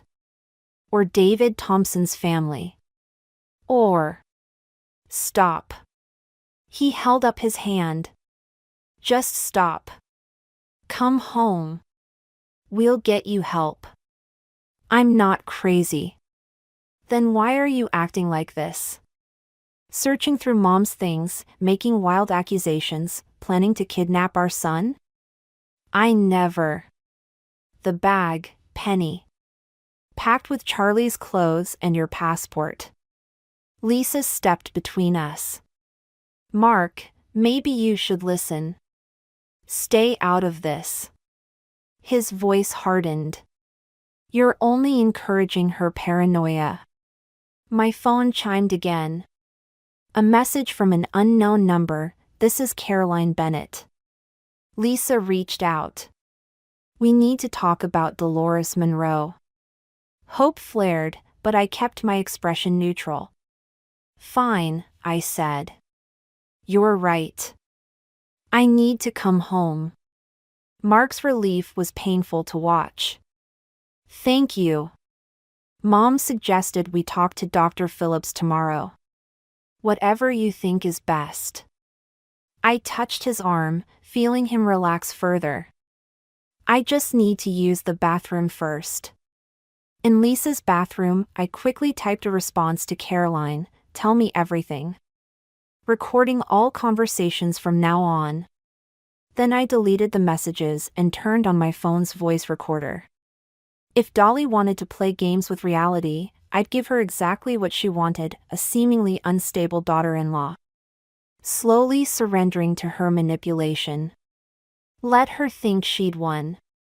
Let her get comfortable. Let her slip up and reveal her true self, just like she had with the others. When I emerged, Mark was waiting by the door. Ready? Yes. I smiled weakly. I'm sorry for worrying you. In the car, he reached for my hand. It's going to be okay. Mom knows a great therapist. Of course she does. I squeezed his hand, picturing Caroline Bennett's message. Your mother knows exactly what I need. At home, Dolly waited in the living room, Charlie asleep in her lap. Her expression was perfect, concerned, loving, victorious. Oh, sweetheart, she said. We've been so worried.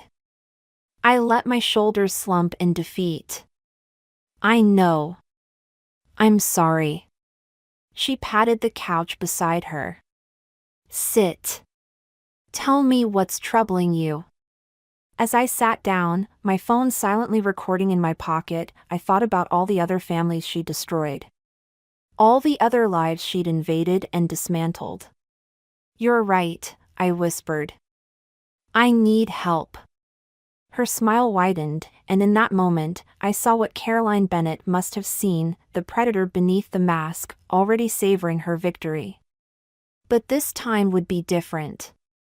This time, her prey was hunting back. Caroline Bennett's testimony played through my phone's speaker, her voice trembling even years later. She destroyed my family. Made my father think I was unstable, dangerous. By the time we realized what she'd done, she already had control of everything. I watched Mark's face as he listened, searching for any sign of recognition. We sat in our kitchen at midnight, Charlie safely asleep upstairs. While Dolly attended her doctor's appointment, really a meeting with her lawyer about the house deed. There are others, I said softly. David Thompson's family. The Hendersons. All the same pattern. Mark stared at his hands. This could be anyone. Some angry ex-daughter-in-law making accusations. Check the dates. The properties. It all matches. You've been investigating my mother? His voice hardened. Working with these strangers to build some case against her? To protect our family. From what? She's helped us. Taken care of Charlie, supported us. Supported us? I played another recording, Dolly on the phone with her lawyer yesterday. Once the deed transfer is complete, we can discuss options for removing her from the property. Marcus will understand eventually. He always does what's best for family. The kitchen door creaked. We both turned to find Dolly standing there, her face a perfect mask of hurt betrayal. Oh, Marcus, she whispered. What has she done to you? Done to him? I stood, finally ready for this confrontation. Tell him about the others, Dolly. Tell him what happened to their families. Others? She moved to Mark's side, touching his shoulder. Darling, this is worse than I feared. She's created an entire conspiracy. Stop lying. I thrust my phone forward, playing Caroline's testimony again. Your name is on all the property records. The dates, the pattern. Anyone could fake those recordings. Dolly's voice cracked perfectly. I knew you were troubled, but this elaborate plot to turn my son against me. Plot? I laughed. Like the planted bag in my closet? The forged loan documents? What documents? Mark asked. The ones that disappeared from her purse after I photographed them. I reached for my phone again, but the screen was black. Dead battery. No. Sweetheart, Dolly said to Mark, remember what Dr. Phillips said about paranoid delusions? The elaborate stories they create? I'm not, I stopped, seeing Mark's expression. You've already been talking to doctors about me? We had to, he said. Mom's been worried. Of course she has. I backed away from them both. She's been planning this from the start. Planning what? Dolly's voice rose. To help you? To support this family while you spiral further into these dangerous fantasies? Mark, please. I grabbed his arm. Call Caroline Bennett. Talk to the others. Just investigate. He pulled away. I did investigate. That number you gave me? It's disconnected. The property records? Mom never owned those houses. I checked everything, Penny. There's nothing there. The room spun. That's not possible. Lisa saw. Lisa enabled you, Dolly said gently. Fed into your paranoia. That's why we asked her to keep her distance. Asked her? Ice filled my veins. What did you do? We filed a restraining order, Mark said. For your own good. She was making everything worse. I ran to the window. Lisa's house was dark, empty. Where is she? Visiting family, Dolly said. She understood it was best to give you space to heal. My last ally, gone. My evidence, erased. Even the photos on my phone, I checked again, hands shaking, deleted during the battery death. I've arranged everything, Dolly continued. The facility has an excellent reputation.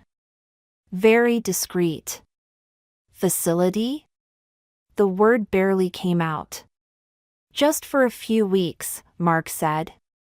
Until you're better. I looked between them, my husband's pained expression, Dolly's perfectly constructed concern, and understood. This was her masterpiece. Every move calculated, every piece positioned. While I thought I was gathering evidence, she was building her case. Every reaction she'd provoked, every paranoid accusation she'd engineered, had led to this moment. Charlie needs his mother healthy, Dolly said, reaching for my arm. Come with us. Let us help you. I jerked away, but Mark blocked the doorway. Through the window, I saw headlights approaching, the intervention team Dolly had undoubtedly already arranged. My son slept upstairs, unaware his mother was about to disappear. Just like Caroline Bennett's family. Just like all the others. Game over. Dolly had won. Or had she? The intervention team never made it through the door. Instead, they found Caroline Bennett herself standing on our porch, flanked by 2 police officers and a silver-haired man I'd never seen before. Hello, Dolly, the man said. Remember me? James Thompson. David's brother. Dolly's mask slipped for just a second. Marcus, call security. Security? Caroline stepped forward. Like the private security firm you hired to intimidate me? The one that's now under investigation? Mark looked between them, confusion breaking through his certainty. Mom? Don't listen to them, Dolly grabbed his arm. They're working with Penelope, trying to destroy our family. Like you destroyed mine? James Thompson pulled out a folder. We have the proof now. All of it. The forged documents, the manipulated bank records, the falsified medical reports. And the recordings, I added quietly. The ones you thought you deleted from my phone? Lisa uploaded everything to a secure server before she went away. Dolly's composure cracked. You ungrateful little. Choose your next words carefully, one officer warned. We have questions about several suspicious property transfers in 3 states. Mark backed away from his mother, realization dawning. The houses. The other families. It's all true? Of course not. But Dolly's denial sounded hollow now. Marcus, darling, they're trying to turn you against me. Just like your father. My father? Mark's voice hardened. Tell me about the letters, Mom. The ones he wrote before he died. What letters? I pulled them from my jacket, the originals this time, not copies. The ones where he warned Mark about you. About your patterns. The ones you intercepted and hid. You went through my things? Real fear crept into her voice. No, Mark said. I did. Last night, while you were meeting your lawyer. Found them exactly where Penny said they'd be. Dolly lunged for the letters, but Mark pulled them away. Don't bother. I've read them all. Every warning, every detail about what you did to our family. I protected you. She was unraveling now, her careful facade crumbling. Your father was weak, just like you're being weak now. Everything I did was for your own good. By destroying everyone I love? By trying to commit my wife? She was ruining everything. Just like your father, just like all of them, trying to take you away from me. The officers moved forward, but Dolly wasn't finished. She turned to me, eyes wild. You think you've won?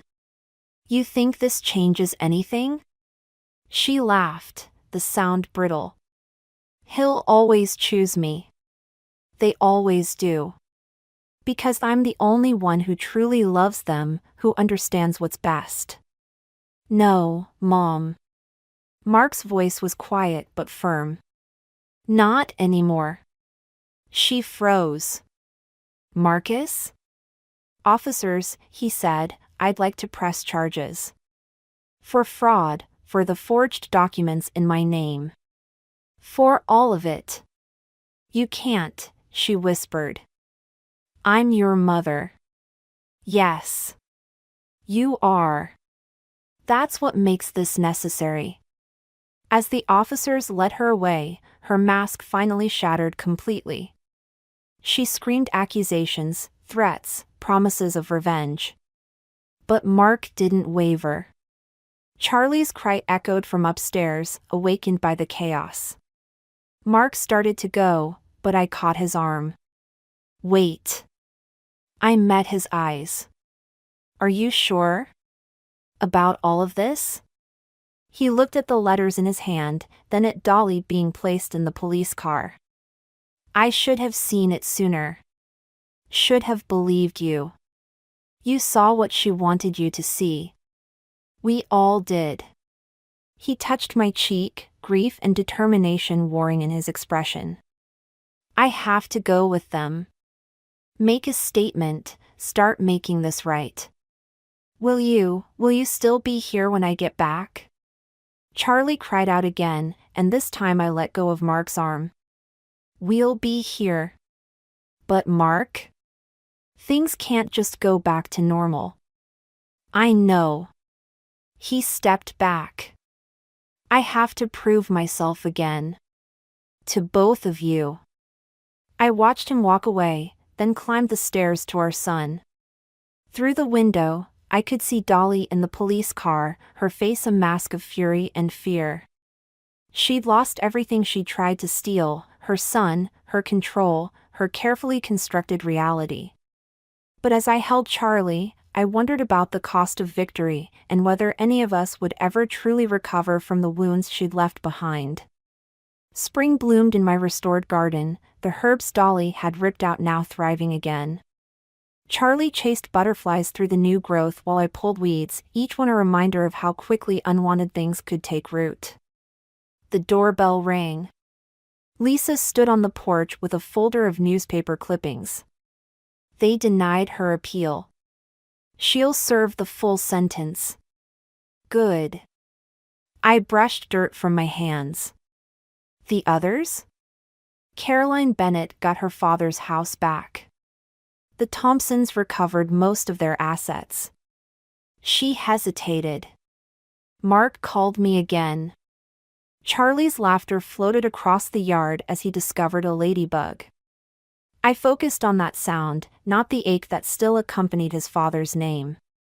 He's in therapy, Lisa continued. Real therapy, not the kind Dolly arranged. He wants to know if you'll consider. I can't.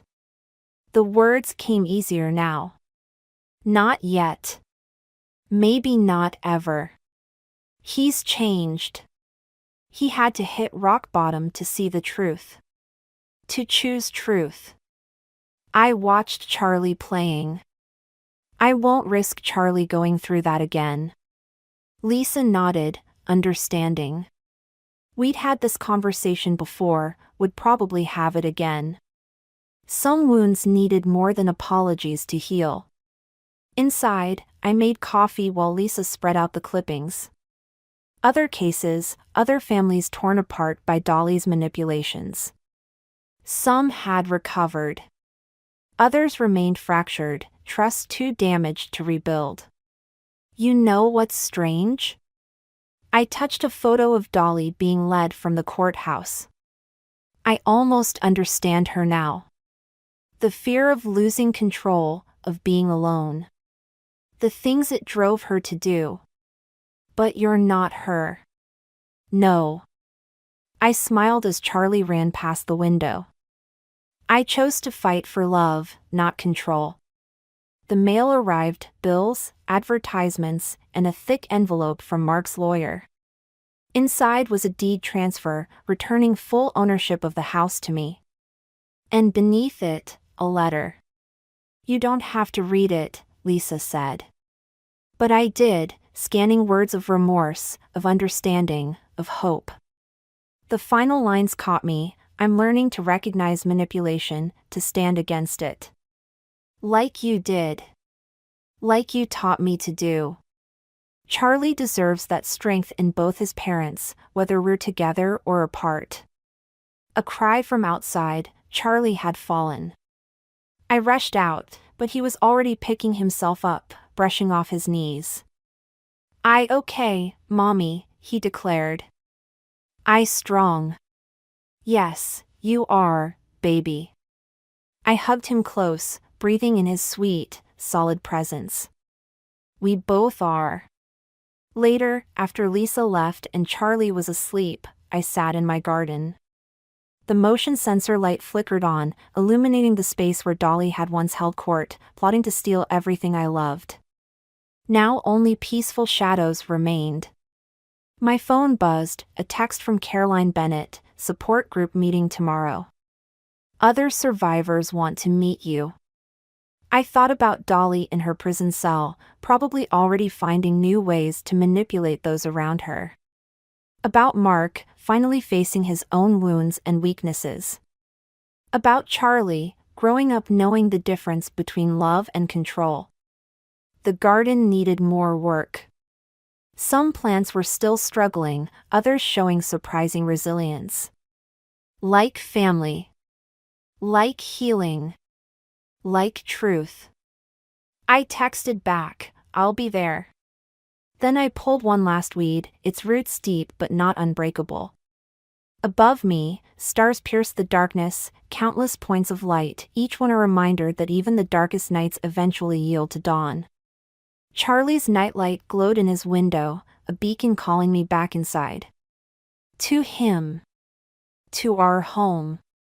To the life we were rebuilding, stronger now for having been tested. Not all victories look like we expect. Sometimes they're found in small moments, a child's laughter, a garden's renewal, the quiet strength of choosing your own path. Sometimes the greatest revenge isn't in destroying your enemy, but in refusing to become them. I stood, brushing earth from my knees, and went to check on my son.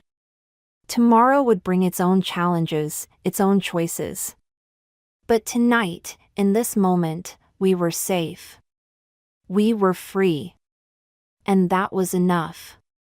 I should have known something was wrong the moment my mother-in-law offered us her house. Standing in her pristine living room, watching her perfectly manicured hands gesture at the crown molding and hardwood floors, I felt a familiar knot forming in my stomach. But desperation has a way of making you ignore your instincts. My name is Harper, and this is the story of how I lost everything to save my family. It just breaks my heart to see you and Ryan struggling with rent, Evelyn said, her voice dripping with concern that never quite reached her eyes. And sweet little Emma deserves a proper home, doesn't she? I watched my 5-year-old daughter twirl in the empty space, her blonde curls catching the afternoon light. Ryan stood by the bay window, hands in his pockets, wearing that boyish grin that still made my heart skip after 12 years together. "Mom, this is too much," he said, but I could hear the excitement in his voice. "The market value of this place." "Oh, hush," Evelyn waved him off. "What good is this big house doing me now? Besides, I'll be much happier in my condo by the lake. And this way, I can see my grandbaby whenever I want." There it was. The string attached to her generosity, wrapped so carefully in grandmother's love that refusing would make me look ungrateful. "We'd need to discuss the terms," I said, trying to keep my voice neutral. "The mortgage payments, maintenance costs." "Harper, darling," Evelyn cut in, placing her hand on my arm. Her grip was gentle but firm. "You're always so practical. It's admirable, really, how you manage with your... What do you call it? Digital consulting?"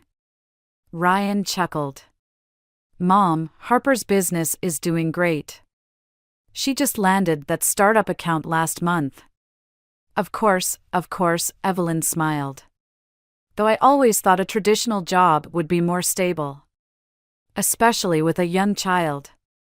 Before I could respond, Emma ran over, tugging at my sleeve. "Mommy, can I have the big room upstairs? The one with the window seat?"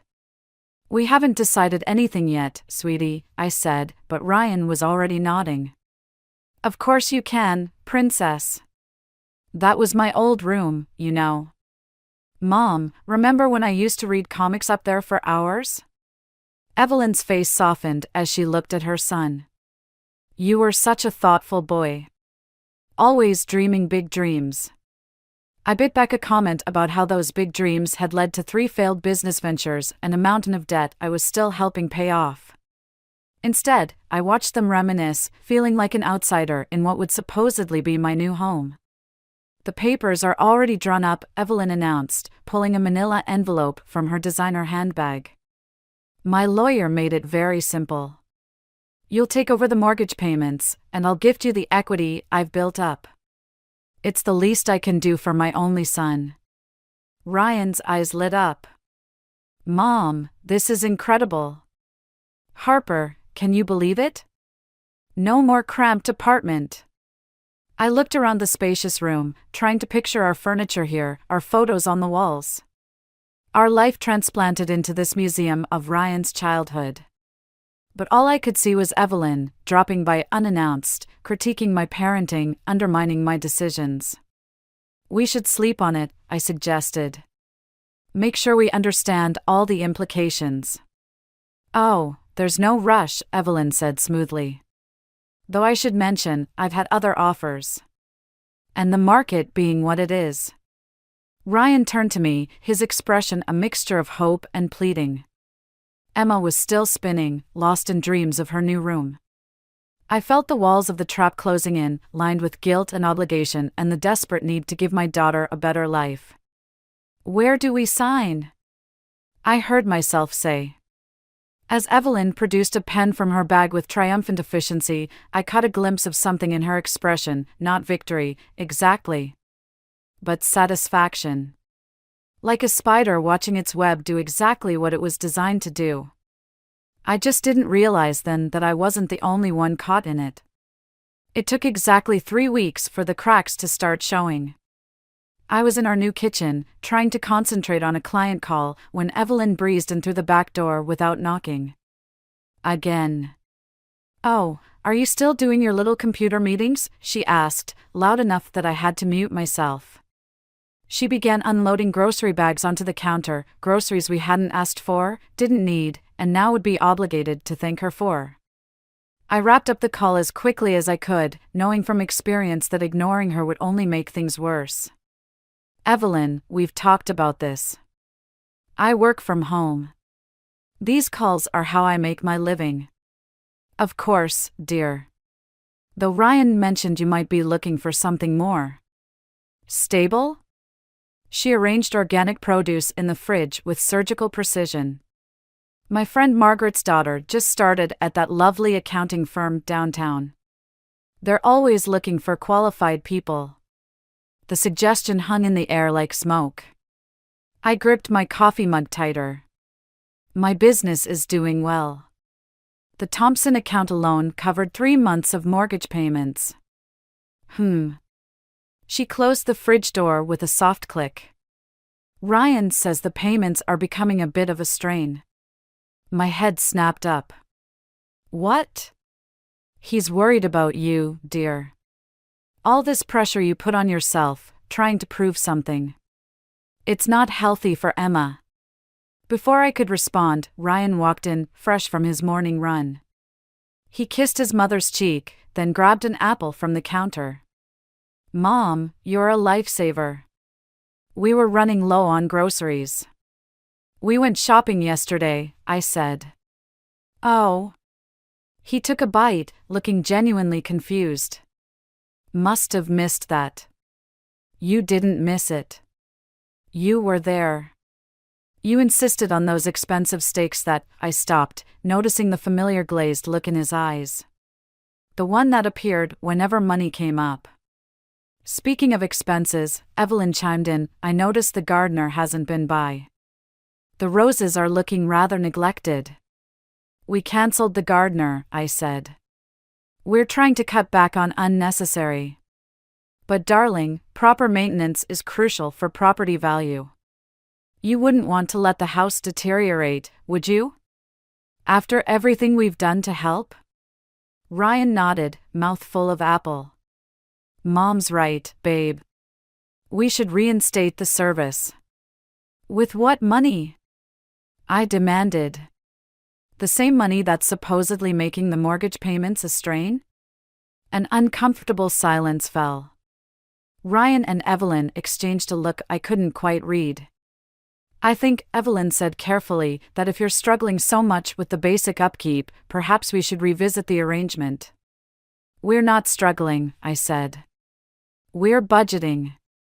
There's a difference. Of course there is, dear. Her smile was sympathetic in a way that made my skin crawl. I just worry about Emma growing up in an environment of financial stress. Mom's just trying to help, Ryan added, but he wouldn't meet my eyes. I looked between them, my husband and his mother, standing together against me in my own kitchen. No, not my kitchen. Her kitchen, with its custom cabinets and marble countertops that I was apparently failing to deserve. "I have another call," I said, gathering my laptop. As I left, I heard Evelyn's voice, soft but clear. "I hate seeing him worry like this. Perhaps if she'd consider a real job." I closed my office door and leaned against it, breathing deeply. Through the window, I could see Emma in the backyard, carefully arranging her dolls on the grass. She looked up and waved, and I forced a smile, waving back. My phone buzzed, a text from Ryan, "Mom's staying for dinner. Says she'll cook." Problem solved. I stared at the message, remembering the groceries I'd bought yesterday. Now probably relegated to the back of the fridge behind Evelyn's organic offerings. Another small battle lost in a war I was only beginning to understand I was fighting. My laptop pinged with an email notification. The Thompson account, they wanted to scale back their contract. "Family business," the message said. "Going in a different direction." I wondered, with a sudden chill, just how many of Margaret's friends worked with digital marketing firms. The notification from our joint bank account hit my phone at 3 a.m.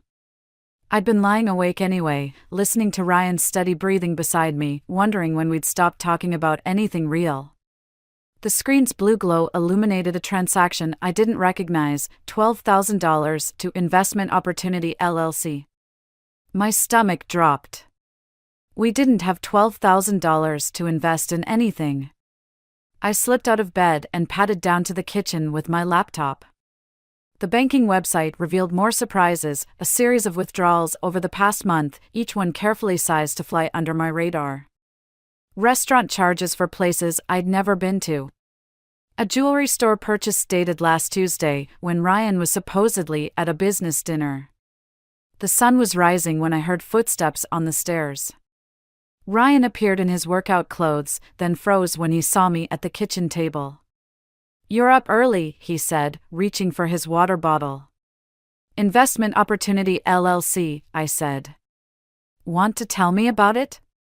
He took a long drink before answering. "It's a tech startup. Mom's friend's son is the CEO. Ground floor opportunity. You took $12,000 from our account without talking to me. I was going to tell you when it paid off." He smiled, that boyish smile that used to make everything okay. "Come on, babe. You know I've got good instincts for these things." "Like the food truck venture? Or the cryptocurrency mining setup that nearly burned down our apartment?" His face hardened. "That's not fair. I'm trying to build something for our future." "Our future?" I pulled up the banking app. "What about these dinner charges? The jewelry store? You're tracking my spending now?" He ran a hand through his hair. "Real healthy, Harper. Real trusting." Before I could respond, the back door opened. Evelyn walked in, carrying a basket of fresh muffins. "Good morning, dears." "Oh, you look tired, Harper. Trouble sleeping?" "Mom," Ryan said, "can you give us a minute?" "Of course, darling." She set down the basket. "Though if you're discussing the investment opportunity, I think it's wonderful.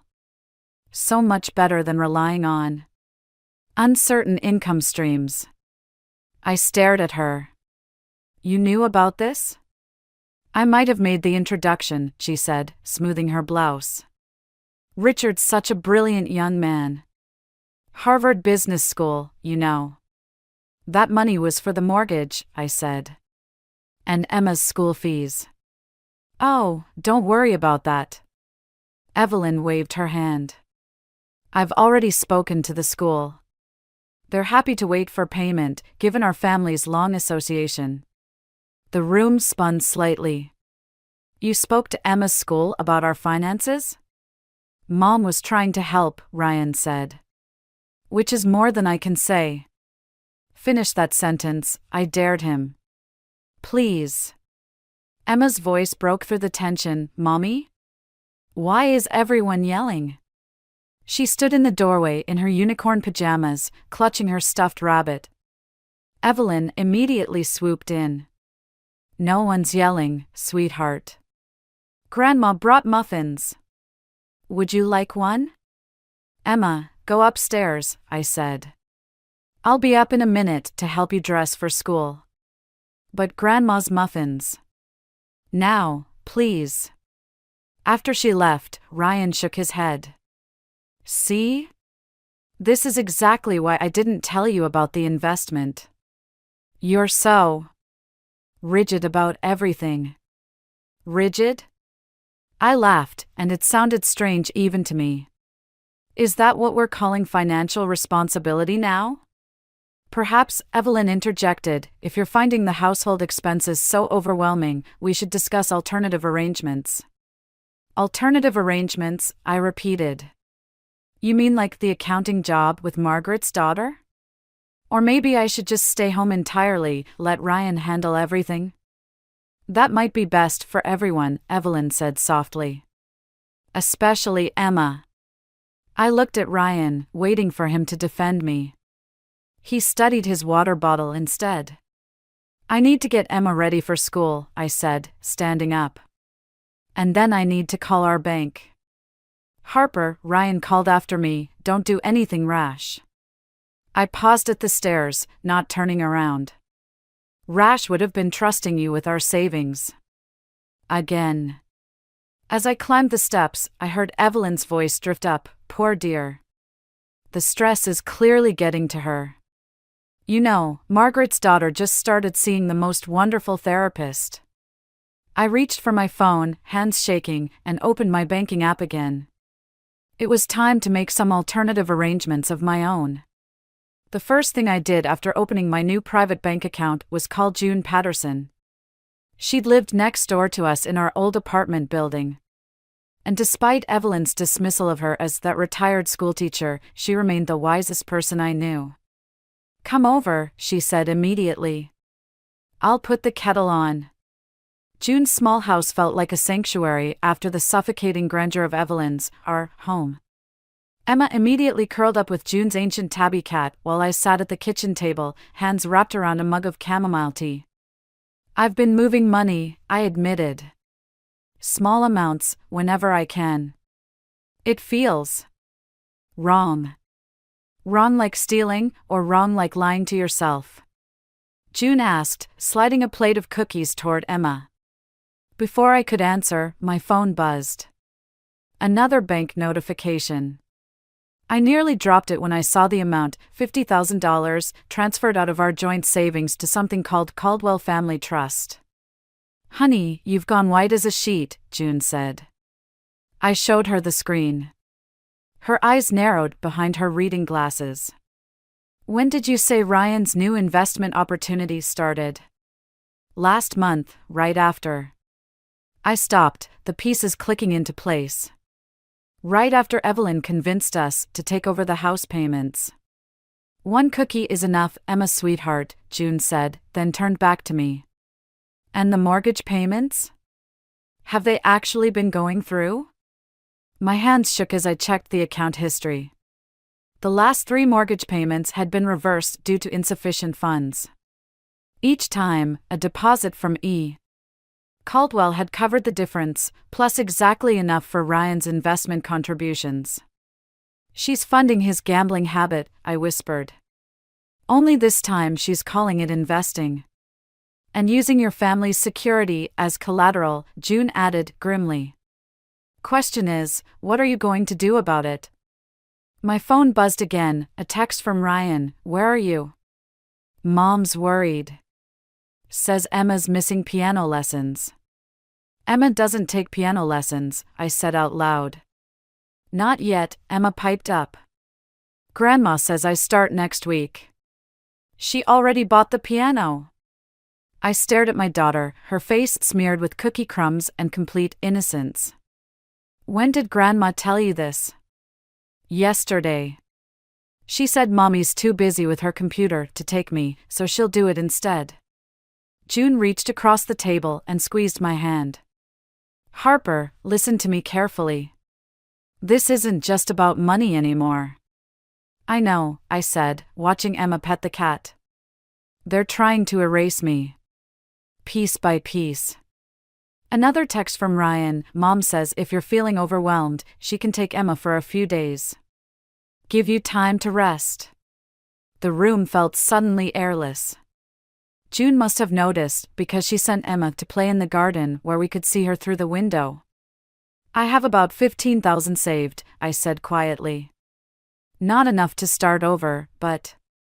Stay here, June interrupted. The guest room's yours as long as you need it. I couldn't. You can and you will. Her voice took on the tone that had managed classrooms for 30 years. Besides, I've been meaning to tell you. Remember that startup I invested in last year? The one you helped me vet? I nodded. I'd spent weeks researching the company for her, making sure it wasn't another scam. They're going public next month. My financial advisor says my initial investment will multiply several times over. She smiled. I could use someone with your expertise to help manage things. Hope flickered, dangerous and fragile. Through the window, I watched Emma chasing butterflies in June's garden, free and happy in a way she hadn't been in months. My phone buzzed one more time. An email from our mortgage company, final notice of default. If I do this, I said, they'll never forgive me. June's face hardened. Honey, after what they're doing, forgiveness isn't what you should be worried about. I took a deep breath and opened my laptop. It was time to start documenting everything. The call from Emma's school came during a client meeting. I almost ignored it, but something made me excuse myself to answer. The nurse's voice was carefully neutral. Mrs. Caldwell, Emma's running a fever of 102. We've been trying to reach someone for the past hour. I'm her mother. I'm coming right now. I was already grabbing my keys. Who else did you call? Well, your mother-in-law is listed as the primary contact. She said she'd handle it, but... My heart stopped. But what? She hasn't arrived yet. And Emma's asking for you. I broke every speed limit getting to the school. Emma was curled up on the nurse's cot, her face flushed and hair damp with sweat. When she saw me, she burst into tears. Mommy, Grandma said she was coming, but... SHH, baby. I'm here now. I gathered her burning little body in my arms. Let's get you home. My phone rang, Evelyn. I let it go to voicemail. At home, I carried Emma upstairs to her room, past the gleaming baby grand piano that had appeared in our living room last week. As I tucked her in, she grabbed my hand. Don't go, she whispered. Stay with me like before. Like before? Before we moved here. When you didn't have so many meetings. The guilt hit me like a physical blow. I'd been so focused on documenting the financial manipulation, on building my escape fund, that I'd missed how all this was affecting Emma. My phone buzzed again. A text from Ryan. Mom says you're making a scene at school. She had it handled. I was typing a furious response when I heard the front door open. Evelyn's voice floated up the stairs. Hello? Where is everyone? Up here, I called back, keeping my voice low for Emma's sake. Where were you? Evelyn appeared in the doorway, immaculately dressed as always. I had a lunch appointment with the school board president. I couldn't just cancel. She pressed her hand to Emma's forehead. Oh dear, she is warm. I'll call my private pediatrician. I already gave her medicine, I said. She just needs rest.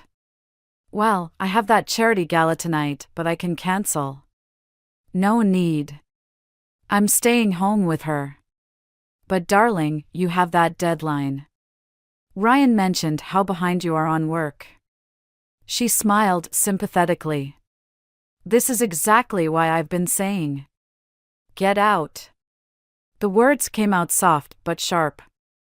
I beg your pardon? Get out of my daughter's room. Get out of my house. My hands were shaking, but my voice was steady. You don't get to sweep in here and pretend you're the responsible one after leaving my sick child waiting for hours.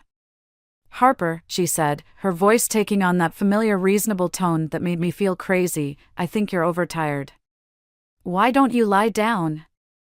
I can handle. Handle what? The mortgage payments you're manipulating? The investment scheme you're funding? Or maybe you'd like to handle my daughter's entire life while you're at it. Emma stirred fitfully. Evelyn's face hardened. I think we should continue this discussion downstairs. There's nothing to discuss. I sat on the edge of Emma's bed, taking her small hand in mine. I'm done letting you handle things. Consider carefully what you're saying, Evelyn said quietly. Ryan and Emma need stability. Structure. A proper family environment. Is that what you call this? Proper? She stepped closer, her voice dropping to a whisper. Do you really think you can manage on your own? With your uncertain income? The courts tend to favor stable home environments. The threat hung in the air between us. Through the haze of fury, I felt something shift inside me, the last thread of obligation snapping clean. You should leave now, I said. And take the piano with you. After she left, I held Emma while she slept, watching her fever gradually break. My phone kept buzzing, Ryan, Evelyn, probably the school board president by now. I ignored them all and opened my laptop one-handed. Subject, urgent meeting request. To Family Law Associates. I typed with my free hand while Emma slept against my shoulder, her breathing finally easy and regular. The weight of her trust felt like armor against whatever was coming next. It was time to stop documenting and start fighting back. Ryan came home at midnight, smelling of expensive scotch and his mother's influence. I was in Emma's room, packing her favorite clothes into a small suitcase while she slept at June's house, still recovering from her fever. What are you doing? He stood in the doorway, swaying slightly. What does it look like? I folded Emma's unicorn sweater, the one Evelyn always said was too childish. It looks like you're having another breakdown. He tried for his usual charming smile, but it came out wrong. Mom says you threatened her today. Your mother left our sick daughter alone at school for hours. She had a meeting. God, Harper, you're so. He ran his hands through his hair. Everything's always a conspiracy with you lately. The bank accounts, the investments, Mom's connections. The investments that emptied our savings? I zipped the suitcase. The connections that cost me 3 clients this month? What are you talking about? I pulled out my phone, showing him the emails. Suddenly, all my local clients are going with other consultants. Consultants recommended by your mother's friends. Funny coincidence, right? He barely glanced at the screen. Maybe they just found better options. More professional ones. The word hit like a slap. I pushed past him into our bedroom and pulled out my own packed bag from under the bed. Where are you going? June's. Emma's already there. His face darkened. You took our daughter to that old woman's house without telling me? That old woman was there when our daughter needed someone. Unlike her grandmother. Unlike her father. You're not thinking clearly. He stepped closer, using his height to loom over me. Mom's right, you need help. Professional help. We can find you someone. Stop. I backed away. Just stop pretending this is about my mental health. This is about control. Yours and Evelyn's.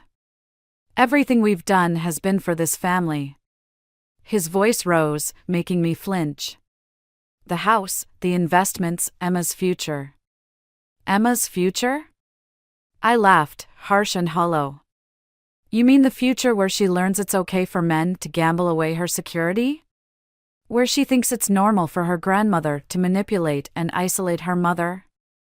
Don't be dramatic. I filed for divorce today. The words hung in the air between us. Ryan's face went through a series of expressions: shock, anger, and finally, something like pity. You can't afford a divorce, he said quietly. Mom's friends with every good lawyer in town. And with your unstable income, your emotional state. He spread his hands. Who do you think the courts will believe? My phone buzzed, a text from June: Emma's asking for you. Fever's back. I have to go, I said, grabbing my bag. Ryan blocked the doorway. You're not taking my daughter anywhere. Move. Or what? He smiled, and for the first time, I saw Evelyn in his expression. Face it, Harper. You've got nothing. No money, no connections, no proof of anything. Just paranoid accusations and a history of erratic behavior. How do you think that'll play in front of a judge?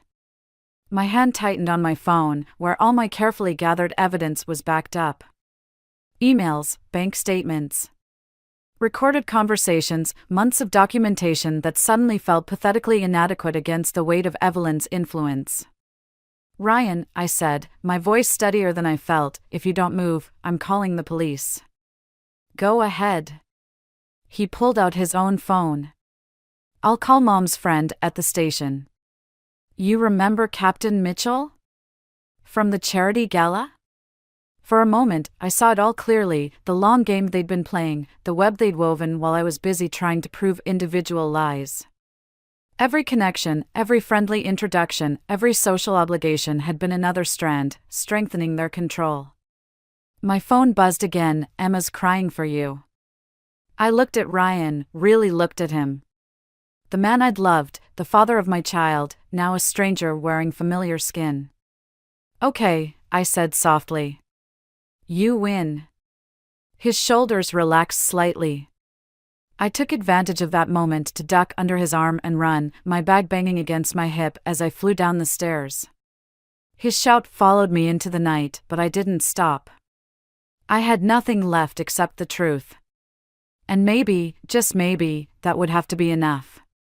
The email arrived 3 days after we moved into June's guest room.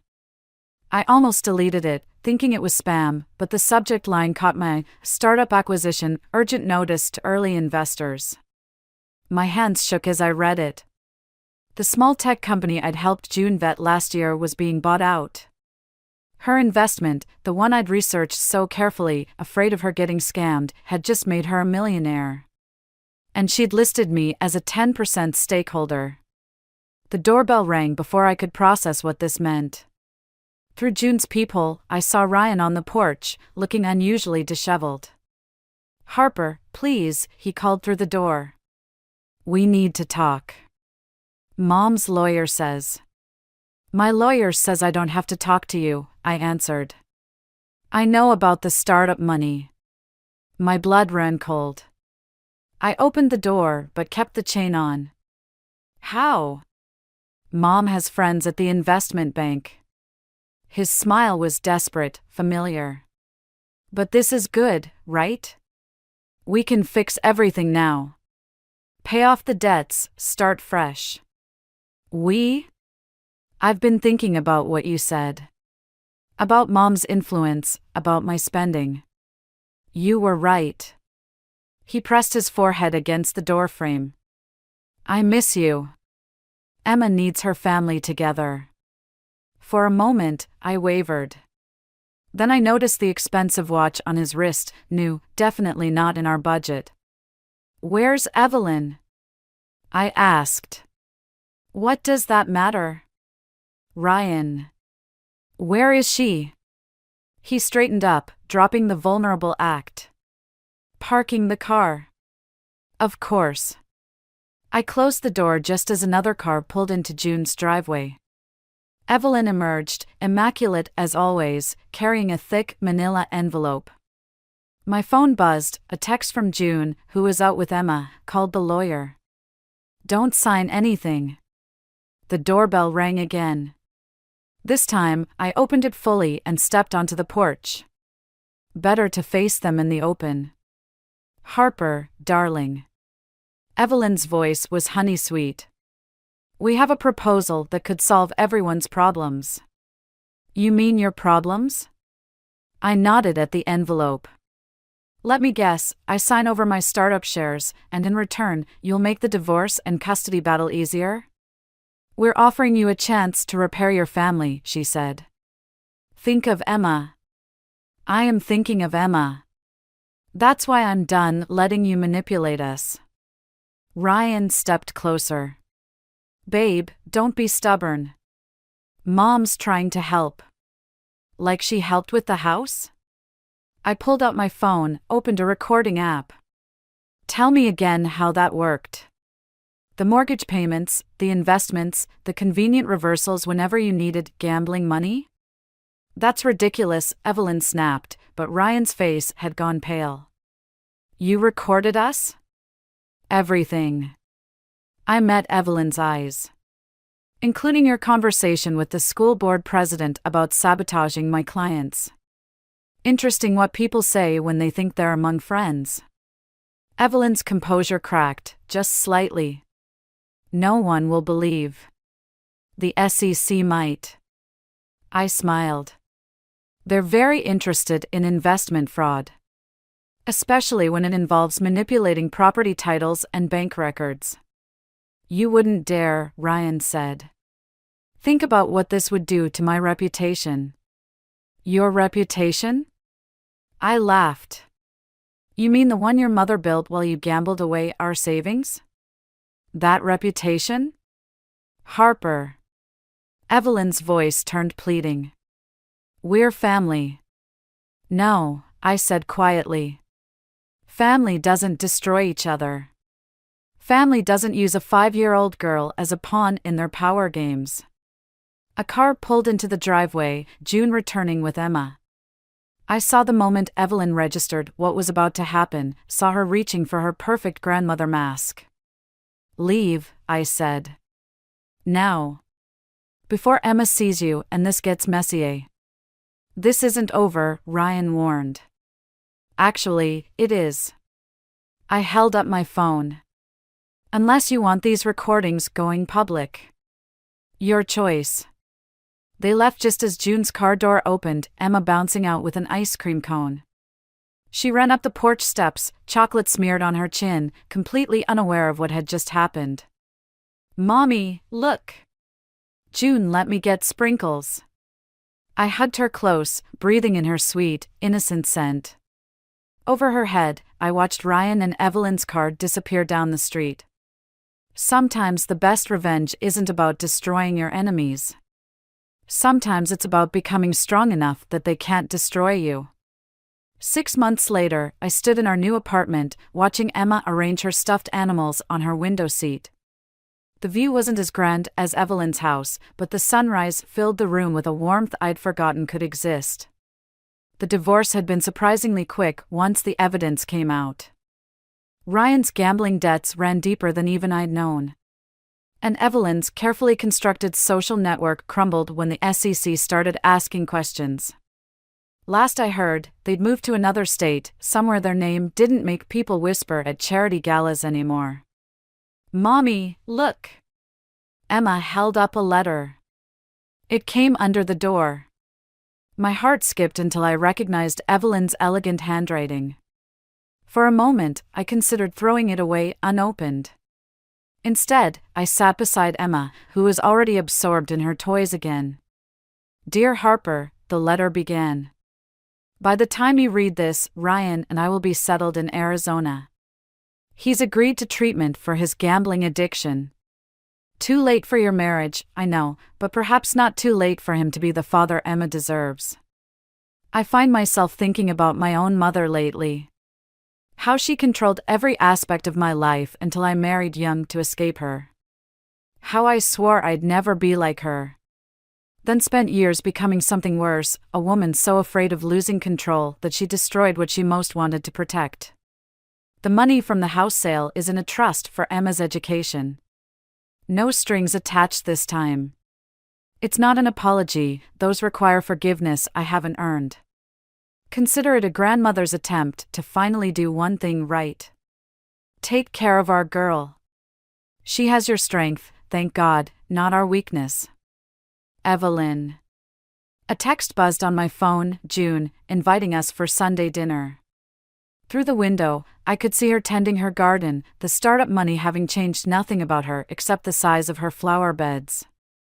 Emma, I said, want to help June plant those new roses she got? Can I wear my unicorn sweater? Of course. She ran to get changed, and I looked at the letter again. Part of me wanted to tear it up, to hold on to the anger that had protected us for so long.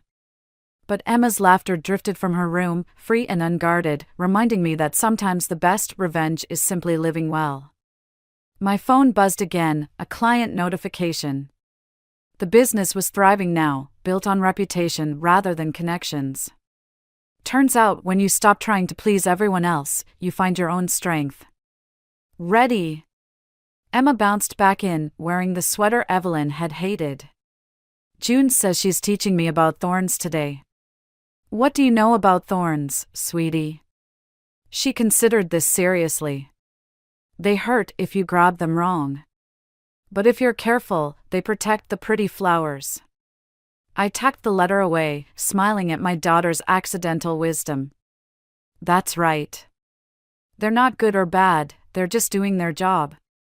Like you do your job? Protecting me? Something like that. We crossed to June's yard, where the afternoon sun turned everything golden.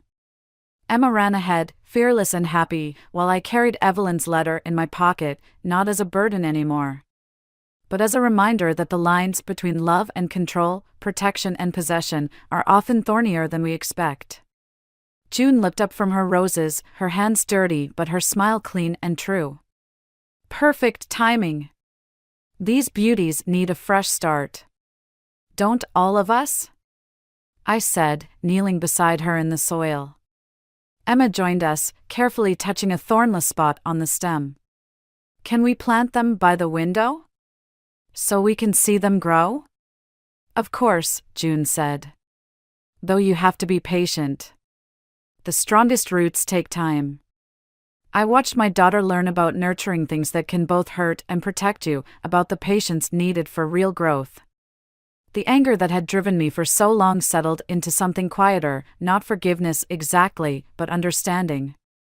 Sometimes the deepest wounds and the strongest healing come from the same place, family. The trick is learning which thorns to avoid, which to grasp carefully, and which to let go. The turkey was perfect. I'd spent 6 hours on it, basting every 30 minutes, monitoring the temperature like a surgeon watching vital signs. Even my father, who taught me everything I know about cooking, would have been proud. Which is why I couldn't process what I was hearing through my phone. You've humiliated this entire family, Brielle. The turkey was inedible, simply inedible. Diana's voice crackled with that particular brand of venom she reserved just for me. What are you talking about? I followed Grandmother Evelyn's recipe exactly. I had to throw the whole thing away. Do you know how embarrassing it is to explain to our guests why we're serving ham at Thanksgiving? This is exactly why I told Adam you weren't ready to host. My fingers gripped the kitchen counter until my knuckles went white. I'm Brielle, and for 3 years I've been trying to prove myself worthy of the Collins family name. But apparently, marrying Adam wasn't enough. Neither was leaving my career in product development to help modernize their restaurant empire's brand identity. And now, according to my mother-in-law, I couldn't even cook a turkey. Diana, I tested that recipe twice last week. The turkey was what, dear? Because I had to watch James's business partners pick at dry, tasteless meat while trying not to grimace. Emily had to run to the store for ham. Ham? At Thanksgiving? I closed my eyes, remembering how proud I'd felt when I'd pulled that golden brown masterpiece from the oven. The skin had crackled perfectly, the meat practically falling off the bone. I'd even taken photos. The photos. Diana, I have pictures of the turkey before I left it in your kitchen. Would you like to see them? A pause. Brief, but telling. Don't be ridiculous. I disposed of that disaster hours ago. The point is, you've embarrassed us all, and quite frankly, I'm concerned about your place in this family, if you can't handle even the most basic traditions. My free hand found my phone's camera roll. There it was, my turkey in all its glory, documented from every angle. Something wasn't adding up. Where's Adam? I asked, keeping my voice steady. He's busy damage controlling your mess, naturally. Listen, dear, perhaps it's best if you skip the Christmas celebration. Give everyone some time to forget this incident. The pieces clicked together like a sinister puzzle. Diana had been trying to edge me out since day one, but this was a new low. Actually, I said, I think I'll call Emily right now. I'd love to hear about her emergency ham run. Another pause, longer this time. There's no need to bother Emily. She's busy damage controlling my mess? Funny, I just got a text from her 5 minutes ago. She's at her boyfriend's family dinner in Boston. Has been all day. The silence on the other end of the line was deafening. You threw away a perfectly good turkey, didn't you, Diana? Just to make me look bad.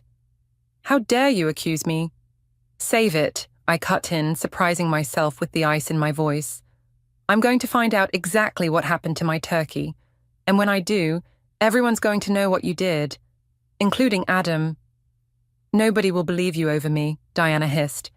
I've been part of this family for 35 years. You're just the girl who got lucky with my son. I looked at the photos again, then at the recipe card my father had given me, the one he'd used in his restaurant for 20 years.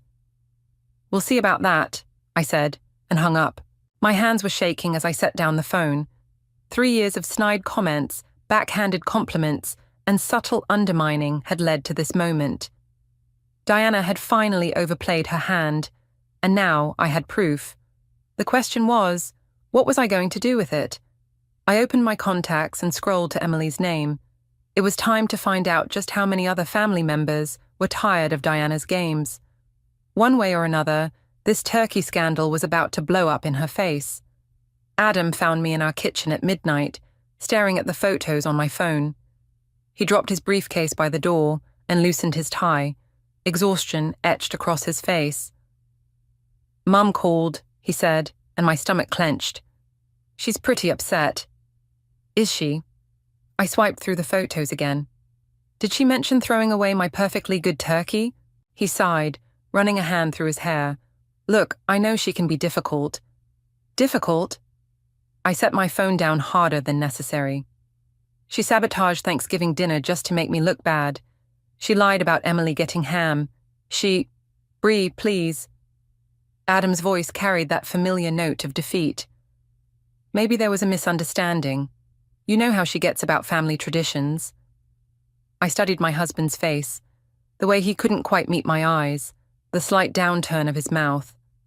3 years of marriage, and still he defaulted to peacekeeping. Show me the garbage, I said. What? If my turkey was so terrible that she had to throw it away, show me the evidence. Right now. Adam shifted uncomfortably. The cleaning service already came. How convenient. I pulled up Emily's text and held it out. Read this. His eyes scanned the message. Having dinner with Jake's family in Boston. Hope your turkey turned out as amazing as the test runs. Send pics. She's lying, Adam. Your mother is lying, and you know it. He leaned against the counter, shoulders slumping. What do you want me to do? Accuse my own mother of what? Of systematically trying to drive me out of this family? Of undermining everything I do? My voice cracked. Of making me feel like I'll never be good enough for her precious son. The silence stretched between us, heavy with unspoken words. Finally, Adam moved closer, reaching for my hand. You are good enough, he said softly. More than good enough. But if we confront her directly, she'll just deny everything. You know how she operates. So we do nothing. Let her keep playing these games? We pick our battles. Keep the peace until what? I pulled away from him. Until she succeeds in convincing everyone I'm incompetent. Until she drives us apart. My phone buzzed. A message from James Collins, my father-in-law. Diana mentioned concerns about today. Let's discuss over lunch tomorrow. 1 p.m., the Capitol Grill. Adam read the message over my shoulder and swore under his breath. She's already spinning this her way. Good, I said, surprising us both. Let her dig herself deeper. Bree. No, think about it. Your father's not stupid. He built an empire by reading people. If Diana's lying about this, what else has she lied about? Adam's expression shifted, a flash of recognition crossing his face. The design proposals, he said slowly. The ones that disappeared from your desk last month. And the client meeting she scheduled over our anniversary dinner. The misplaced invitation to Grandmother Evelyn's birthday. We looked at each other, really looked, as 3 years of accidents and misunderstandings crystallized into something darker. I have the photos, I said. I have Emily's text, and tomorrow I'll have lunch with your father. Adam touched my cheek, his fingers trembling slightly. Be careful. Mum's got 30 years of influence behind her. If you're going to expose her, I need proof, I finished. Undeniable evidence that shows everyone who she really is. He nodded, then pulled me close. Whatever you decide to do, he whispered against my hair, I'm with you. No more peacekeeping. I held him tight, breathing in his familiar scent, feeling the steady beat of his heart against mine.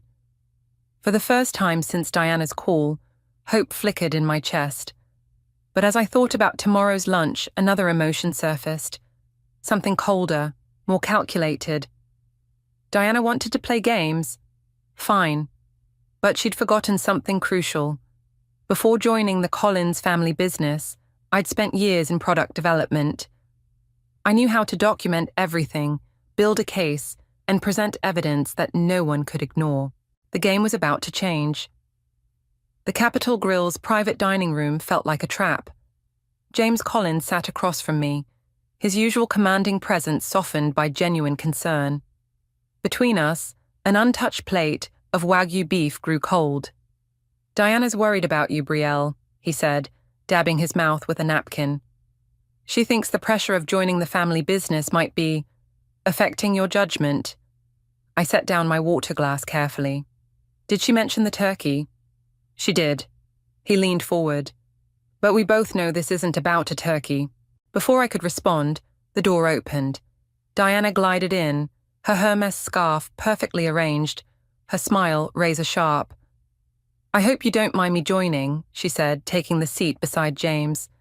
I felt we should discuss this as a family. My phone buzzed in my lap. A text from Adam. Mum just left the office, said she had an emergency. I slipped the phone back into my pocket, watching Diana pour herself water with practiced grace. Actually, I said, I'm glad you're here. We should talk about the design proposals that went missing last month. Diana's hand trembled slightly as she set down the water pitcher. Ancient history, dear. We found them eventually. After the deadline passed, I turned to James. Did you know they were in Diana's desk the whole time? Emily saw them there when she was looking for stamps. That's absurd, Diana cut in. Emily never what? Never goes in your office or never tells the truth. I pulled out my phone, pulled up the photos of the turkey. Like how you told everyone she bought ham on Thanksgiving when she was actually in Boston. James frowned, looking between us. Diana? James, surely you're not going to believe these ridiculous accusations. But her voice had lost its smooth edge. Brielle's clearly. The dining room door opened again. Emily stood there, still in her chef's whites from the restaurant kitchen. Sorry I'm late. Brielle asked me to join. Diana's face went pale. This is a private family matter. I am family, Emily said, sliding into the chair next to me. And I have something to show Uncle James. She pulled out her phone, started playing a video. Diana's voice filled the room. Of course I threw it away. That little upstart thinks she can take my place. James actually listens to her design ideas. My design ideas weren't good enough, but hers. A bitter laugh. Well, we'll see how long she lasts when everyone thinks she can't even cook a basic turkey. The silence that followed was deafening. James stared at his wife of 35 years like he was seeing a stranger. You recorded me. Diana's voice shook with rage. You ungrateful little... I record everything in the kitchen, Emily said quietly. Restaurant policy. You know that, Aunt Diana. You helped write the employee handbook. I watched Diana's carefully constructed world start to crack. She turned to James, reaching for his hand. Darling, you have to understand. Understand what? His voice was ice. That you've been systematically trying to undermine the woman our son loves. That you'd sabotage our family business just to maintain control. I built this family. Diana's composure shattered. I gave up my career for you, for all of this. And now she comes in with her fresh ideas and her perfect cooking and her... She spat the words. Working-class background. And suddenly I'm supposed to just step aside. No one asked you to step aside, I said, surprising myself with how calm I felt. You did that yourself, with every lie, every manipulation, every attempt to make me feel worthless. James stood up, straightening his suit jacket. Emily, please send that video to my office. Brielle, I believe we owe you an apology. Several, in fact. He looked at his wife. Diana, we'll discuss this at home, in detail. Diana's face contorted. You're choosing her side. After everything I'm choosing the truth, he said simply. Something you might want to try sometime. As they left, Emily squeezed my hand under the table. You okay? I watched Diana's rigid back disappear through the door, thinking about all the carefully planned moves that had led to this moment. The satisfaction I'd expected to feel was there, but it was hollow, tainted by something else, something that felt dangerously like Diana's own bitterness. I don't know, I answered honestly, but I think this is just the beginning. The Collins family estate loomed before me, its windows dark except for one, Diana's study. I sat in my car, watching her shadow move across the curtains, remembering Emily's words from lunch. She's not done. This is when she's most dangerous. My phone lit up with a text from my father. Got your message. Coming tomorrow. Some things you need to know. The front door opened, spilling light onto the driveway. Diana emerged, carrying a box to her car. Even at this distance, I recognized my design portfolios, the ones she'd claimed were accidentally shredded last month. I stepped out of my car. Need help with that? She froze, then straightened her spine. Enjoying your little victory, are you? Those are my designs. Correction, they're company property. She placed the box in her trunk. And since James has temporarily relieved me of my duties, I'm simply organizing things. You mean destroying evidence? Her laugh was brittle. Evidence, please. You have no idea what evidence really looks like. She pulled an envelope from her jacket. Remember when you first joined the company? That brilliant restaurant redesign concept you presented. My stomach dropped. What about it? Funny thing about intellectual property, it's all about who documents it first. She held up the envelope. Would you like to see the dated designs I submitted to the patent office 6 months before you joined us? Amazing how similar they are to yours. That's impossible. I developed that concept. And now you're going to be exposed as a fraud. Her smile was vicious. I wonder how James will feel about his daughter-in-law stealing company designs. How will Adam react when his precious wife is revealed as a cheat? My hands shook. No one will believe you. Everyone will believe the paperwork, the timestamps, the digital trail I've carefully created. She closed her trunk. You thought you could destroy me? Darling, I've been playing this game since before you were born. Heavy footsteps crunched on gravel. Adam appeared from the shadows. Is that why you had me handle all the patent submissions when I first started, Mum? So you'd know exactly how to fake the documentation? Diana's composure cracked. Adam, I kept copies of everything, he continued, his voice eerily calm. Including the original submission dates. Did you really think I wouldn't protect my wife? I'm protecting this family. Diana's voice rose. She's changing everything. The company, you, all of it. Someone had to stop her. The only one who needs stopping is you. Adam moved beside me, his hand finding mine. Dad's waiting for those files in his study, all of them. Diana's face contorted. You choose her over your own mother. No, he said quietly. I'm choosing what's right, something you taught me once upon a time. She got into her car without another word, the engine roaring to life. As she sped away, I sagged against Adam. How long have you known? I asked. About the patents, since she first started acting strange about your designs. I didn't want to believe it, but... He pulled me closer. I started documenting everything after that, just in case. My phone buzzed again, another text from my father. Diana tried to buy my restaurant 5 years ago, threatened to destroy it when I refused. Keep your guard up. The pieces clicked together. Diana's obsession with control, her failed design career, her desperate need to maintain power. She hadn't just been trying to push me out, she'd been preparing for this fight long before I entered the picture. We need to tell your father everything, I said, not just about the patents. Adam nodded, but his expression was troubled. She's not going to stop, is she? I thought about Diana's calculated smile, the years of manipulation revealed in those few minutes. The woman had turned sabotage into an art form, and I'd just become her masterpiece project. No, I replied, she's not. But neither am I. We walked toward the house, where James waited, with 30 years of his own suspicions. It was time to unravel Diana's web, thread by careful thread. But as we climbed the steps, I couldn't shake the feeling that we were walking into exactly the kind of chaos she thrived on. The game had changed, but so had the players. And I was done playing defense. My father arrived at our house carrying a worn leather briefcase I hadn't seen since his restaurant days. Adam watched from the kitchen doorway as Dad spread documents across our dining table. 5 years ago, he said, sliding over a letter with Diana's signature, she offered to buy Thompson's, said she'd modernize it, make it part of the Collins empire. You never told me, I said, scanning the aggressive acquisition proposal, because what came after was worse. He pulled out more papers, health department complaints, anonymous reviews, supplier cancellations.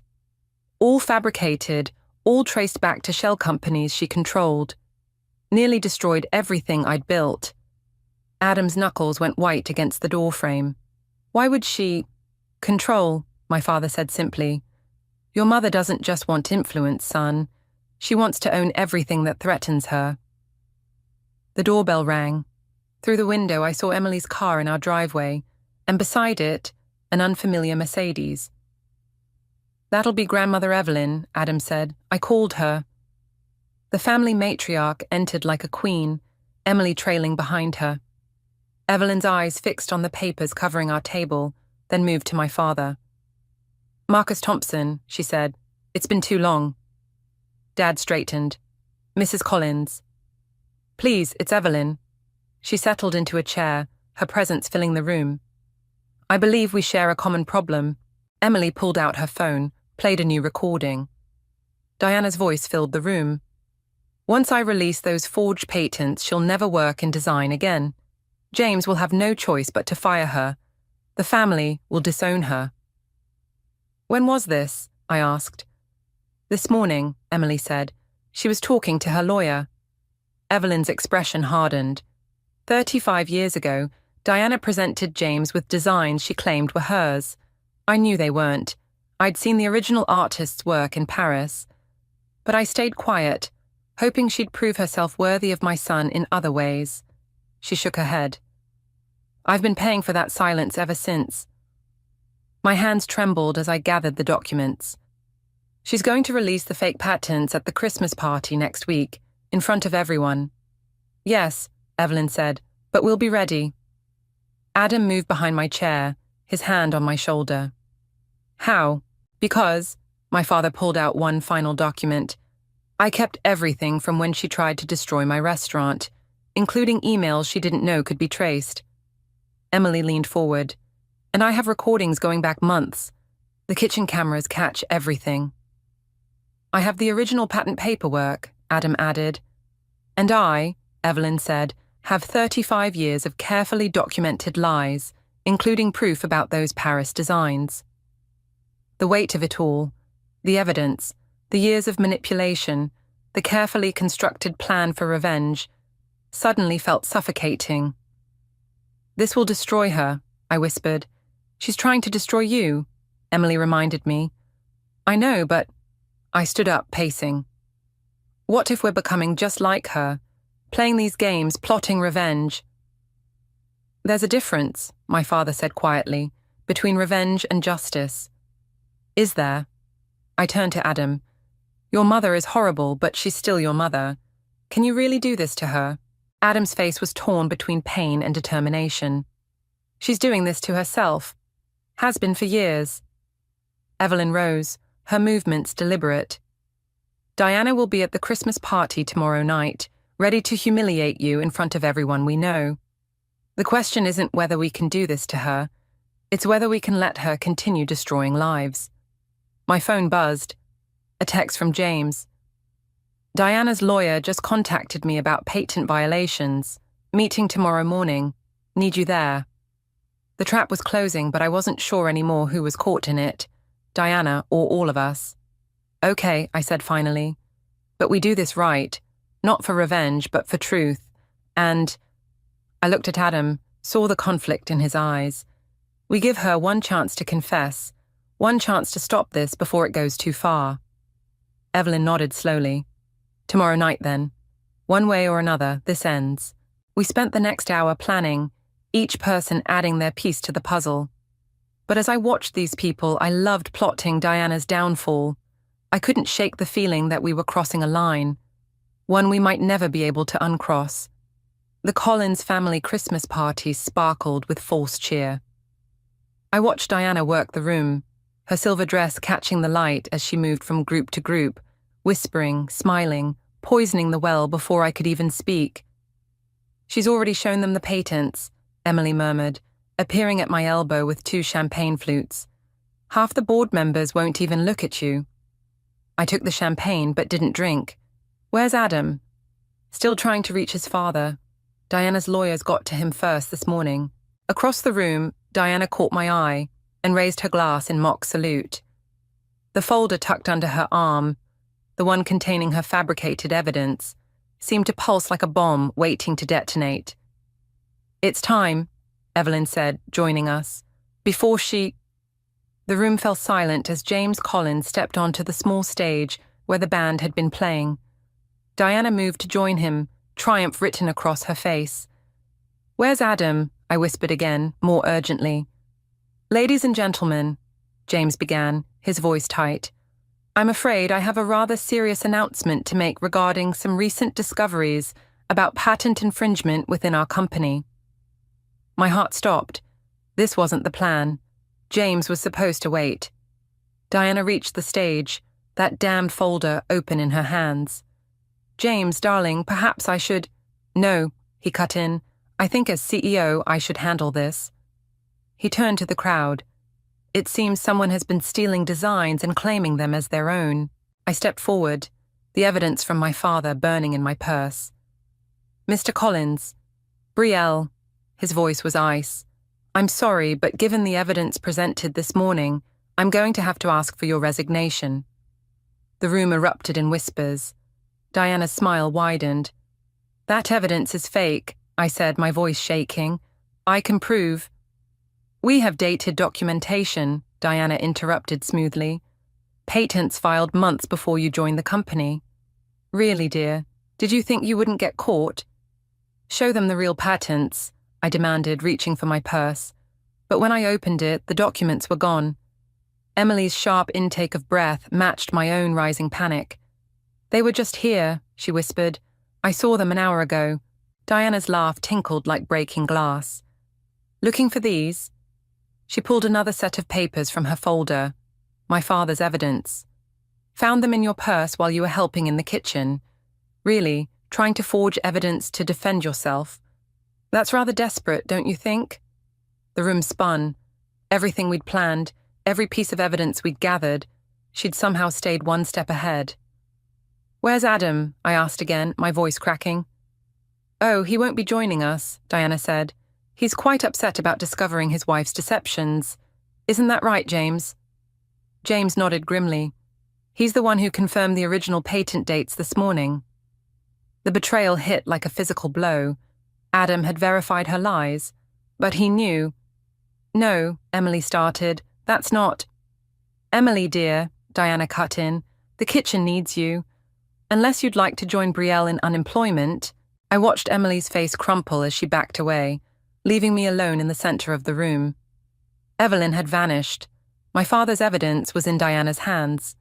And Adam— "Security will escort you out," James said, not meeting my eyes. "Your personal items will be sent to you." Diana stepped down from the stage, pausing as she passed me. "I warned you," she whispered. "You never had a chance."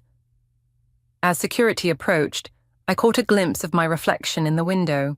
Alone, surrounded by hostile faces, everything I'd built crumbling around me. Diana hadn't just outmaneuvered me. She'd turned my own weapons against me, used my own husband to deliver the killing blow. The guard's hand touched my elbow. Through the crowd's murmurs, I heard Diana's voice one last time. "Don't worry, dear. I'm sure you can find work somewhere, though perhaps not in design, or restaurants, or really anywhere in the city." They led me out into the cold, and the door closed behind me with a final damning click. I made it 3 steps into the parking lot before Adam's voice cut through the December air. "Wait!" He sprinted toward me, clutching a laptop. Behind him, Emily and Evelyn emerged from a side door, followed by my father. "We don't have much time," Adam said, breathing hard. "Mum's lawyers are already drawing up cease and desist orders." "You verified her patents," I said, the betrayal still raw in my throat. "I verified them were fake." He opened the laptop. "Every document she submitted this morning has digital timestamps from last week. I just needed her to think she'd won so she'd present them publicly." Inside, we could hear Diana's voice rising above the murmurs, probably spinning more lies about my disgrace. But something else caught my attention, a red light blinking on Adam's laptop screen. "Is that—" "Live streaming to the boardroom," Emily said, grinning. "Every word she's saying right now is being recorded and transmitted to the company's senior partners." "But that's not all," my father added, pulling out his phone. "Remember those supplier cancellations she orchestrated against my restaurant? The payments all traced back to one of her private accounts." Evelyn stepped forward, her eyes gleaming. "Shall we go back inside? I believe I have something to say about those Paris designs she stole 35 years ago." The ballroom fell silent when we re-entered. Diana's triumph turned to confusion, then fear, as she saw us all together. "What is this?" she demanded. "The truth," Adam said, turning his laptop toward the crowd. The screen showed a split view, Diana's forged patents on one side, the digital timestamps proving their recent creation on the other. "Those are—" Diana started. "Fake," James finished, his voice heavy with realization. "Just like the designs you claimed were yours in Paris." Diana's head snapped toward Evelyn. "You wouldn't dare." "I've dared worse, my dear." Evelyn's voice carried across the room, like keeping every letter from the real designer threatening legal action, the ones you thought I'd destroyed. Diana laughed, but it sounded hollow. "You have no proof of anything. Actually," Emily stepped forward, holding up her phone. "We have your confession from the kitchen, about the turkey, the patents, everything. And thanks to company policy, the one you helped write, all kitchen recordings are admissible in legal proceedings." The room erupted in whispers. Board members pulled out phones, executives huddled in corners. Diana's carefully constructed world was unraveling thread by thread. "James," she pleaded, turning to her husband, "you can't believe—" "The supplier payments to sabotage Thompson's restaurant," he cut in. "Those came from our joint account. I checked this morning." Diana's face contorted. Everything I did for this family. To protect us from people like her. She jabbed a finger at me. She's changing everything, destroying everything we built. No, Mother, Adam said quietly. You did that yourself. Diana looked around wildly, seeing support crumble, allies turn away. But instead of backing down, something in her snapped. You ungrateful little witch, she snarled, lunging for me. I'll destroy you. My father stepped between us, his voice cutting like a chef's knife. Like you tried to destroy my restaurant, my reputation, my daughter's career. Diana froze, realizing too late that her outburst was still being live-streamed to the boardroom. Diana, James said, his voice heavy with finality, I want you out of this house, tonight, and expect to hear from our lawyers in the morning. The security guards who'd escorted me out minutes earlier now moved toward Diana. But before they reached her, she straightened her spine, smoothed her dress, and managed one last venomous smile. Congratulations, Brielle. You've won this round. But remember, you had to become exactly like me to do it. As they led her away, her words hung in the air like smoke. I felt Adam's hand find mine, squeezing gently. Around us, the family began to gather, not in judgment now, but in support. But Diana's parting shot had found its mark. In destroying her, had I become her? The victory felt hollow, tainted by the truth in her final accusation. The game was over. But the cost of winning remained to be seen. The kitchen smelled of roasting turkey and fresh herbs. I adjusted the oven temperature, checking the bird's color through the glass. Golden brown, perfectly done. Just like Thanksgiving, except this time, no one would throw it away. Need help? Emily asked from the doorway. Almost finished. I pulled out my phone, took a photo of the turkey. Old habits die hard. The Collins family waited in the dining room. James, Evelyn, Adam, even my father. Our first family dinner since Diana's departure. The divorce papers had been signed yesterday. The board approved your redesigned proposal, Emily said, setting plates on the counter. Uncle James wants to start implementation next month. I nodded, but my eyes drifted to the envelope sitting unopened on the kitchen island. Diana's handwriting, her final words before leaving the city. I'd found it in our mailbox this morning. You don't have to read it, Adam said, appearing behind Emily. He'd been watching me eye that envelope all day. I know. But I picked it up anyway, broke the seal. Inside was a single photograph. Diana in Paris 35 years ago, standing beside a design board. Her smile was different then, genuine, full of hope. On the back, she'd written, We're more alike than you think. That's what terrifies me. Brie? Adam touched my shoulder. The turkey's ready. I slipped the photo back into the envelope, tucked it into my recipe box beside my mother's old cards. Some things you keep, not because they're pleasant, but because they remind you of who you don't want to become. The turkey came out perfectly. I carved it at the table while James discussed the company's future, while Emily detailed her plans for the restaurant division, while Evelyn shared stories of family dinners past. My father watched me with quiet pride, and Adam's hand found mine under the table. But between the laughter and plans and healing, Diana's words echoed. We're more alike than you think. Maybe she was right. Maybe we shared the same drive, the same determination, the same capacity for calculated revenge. But there was one crucial difference. I had a choice. Every day I could choose between protecting what I loved and destroying what I feared. A toast, James raised his glass. To family. To truth, Evelyn added. To fresh starts, Emily chimed in. I looked at Adam, saw in his eyes the same question that had haunted me since that night. Had justice been worth the cost? To choices, I said finally, raising my glass, and to the people who help us make the right ones. The crystal clinked, the conversation flowed, and slowly, the weight of the past months began to lift. Diana was gone, but she'd left behind more than just wreckage. She'd left a warning, a mirror, a chance to choose a different path. Later, as I packed leftovers for everyone to take home, a new tradition perhaps, I found myself humming my father's old kitchen song, the one he'd sung during hard times at the restaurant, about how the finest meals come from the hottest fires. You know, Adam said, wrapping his arms around my waist, most people would have broken under what she did to you. Maybe, I leaned back against him, or maybe we just need to remember that revenge isn't the only way to protect what matters. Through the kitchen window, I could see my father helping Emily load containers into her car, James and Evelyn walking arm in arm toward their driver. Family, messy, complicated, worth fighting for, but not worth destroying yourself over. I closed the recipe box, Diana's photos safely buried beneath years of family history and love expressed through food. Some recipes you follow exactly, others you adapt, and some you leave behind entirely. The choice, I realized, had always been mine to make. Come on, I told Adam, handing him the last container of leftovers.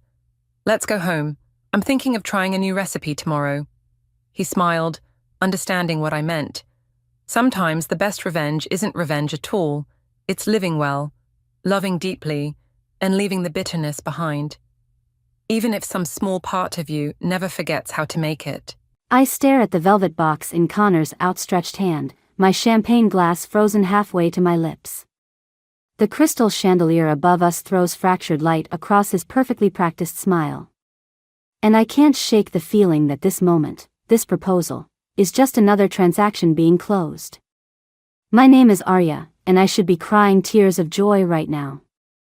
Instead, I'm counting the seconds of silence that have stretched between us while both our families lean forward in their seats, waiting for the fairy tale ending they've scripted. Darling? Connor's voice carries that slight edge I've grown to recognize. The one that says I'm not performing my role correctly. You're keeping everyone in suspense. Mother clasps her hands together, her diamond bracelet catching the light. Oh, sweetheart, isn't this just perfect? Perfect. Like the merger documents I spotted on Father's desk last week. Perfect like the way Connor's mother, Sophie, has been dropping hints about grandchildren and family legacies over every lunch we've shared this month. The word catches in my throat as Connor's fingers tighten almost imperceptibly around the box. His eyes aren't warm anymore, they're calculating, measuring my response against some invisible benchmark. Connor, I force a smile, buying time. This is so unexpected. James Mitchell, Connor's father, chuckles from his seat. Nonsense. You two have been headed this way since prep school. It's about time my boy made an honest woman of you. The ring gleams, 3 carats at least, knowing Connor's taste for excess.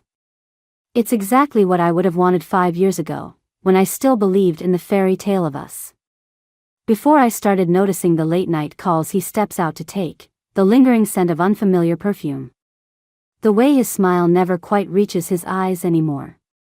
Say yes, Arya, my father's voice carries that same tone he uses in board meetings. Don't keep the poor man waiting. I look at Connor again, really look at him.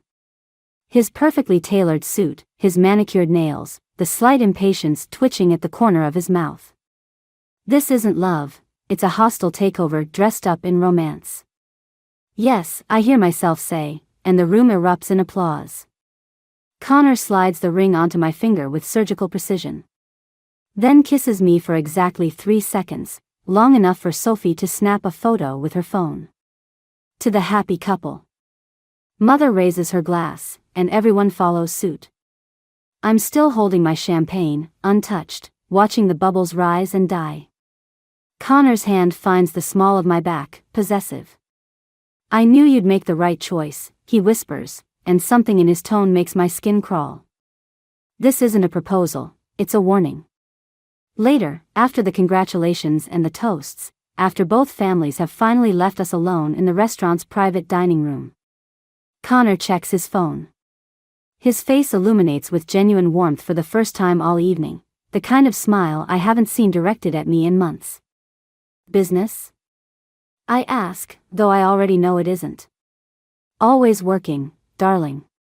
He stands, straightening his jacket. I have to take this. Wedding plans tomorrow? I nod, watching him stride away, already speaking softly into his phone. The ring feels heavy on my finger, like a shackle rather than a promise. I take another sip of champagne, letting the bitter taste linger on my tongue. This isn't the end of our story, it's the beginning of his downfall. He just doesn't know it yet. 3 days after the proposal, I sit in Mother's sunroom, surrounded by wedding magazines and her endless chatter about color schemes.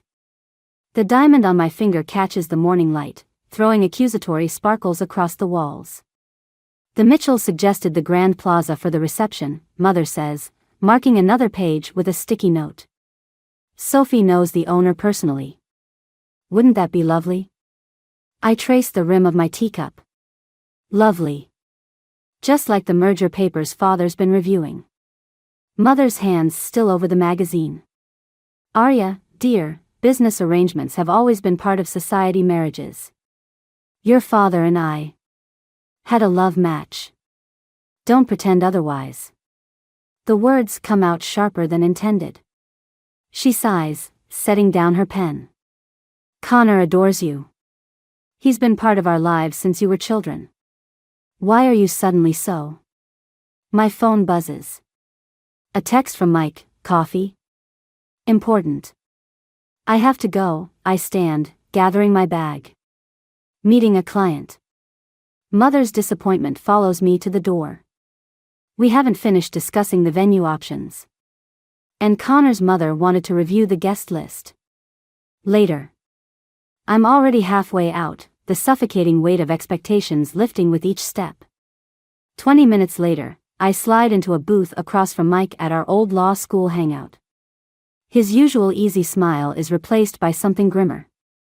You look like hell, he says, pushing a coffee toward me. Thanks. You're not exactly runway material yourself. But I'm grateful for his directness, for the absence of wedding talk and false congratulations. He slides an envelope across the table. You asked me to keep an eye on things. Well, I found something. Inside are photos, Connor entering a high-rise apartment building, Connor at a restaurant, Connor with his hand on the small of a woman's back. The woman's face isn't clear, but her body language speaks volumes. Julia Parker, Mike says quietly.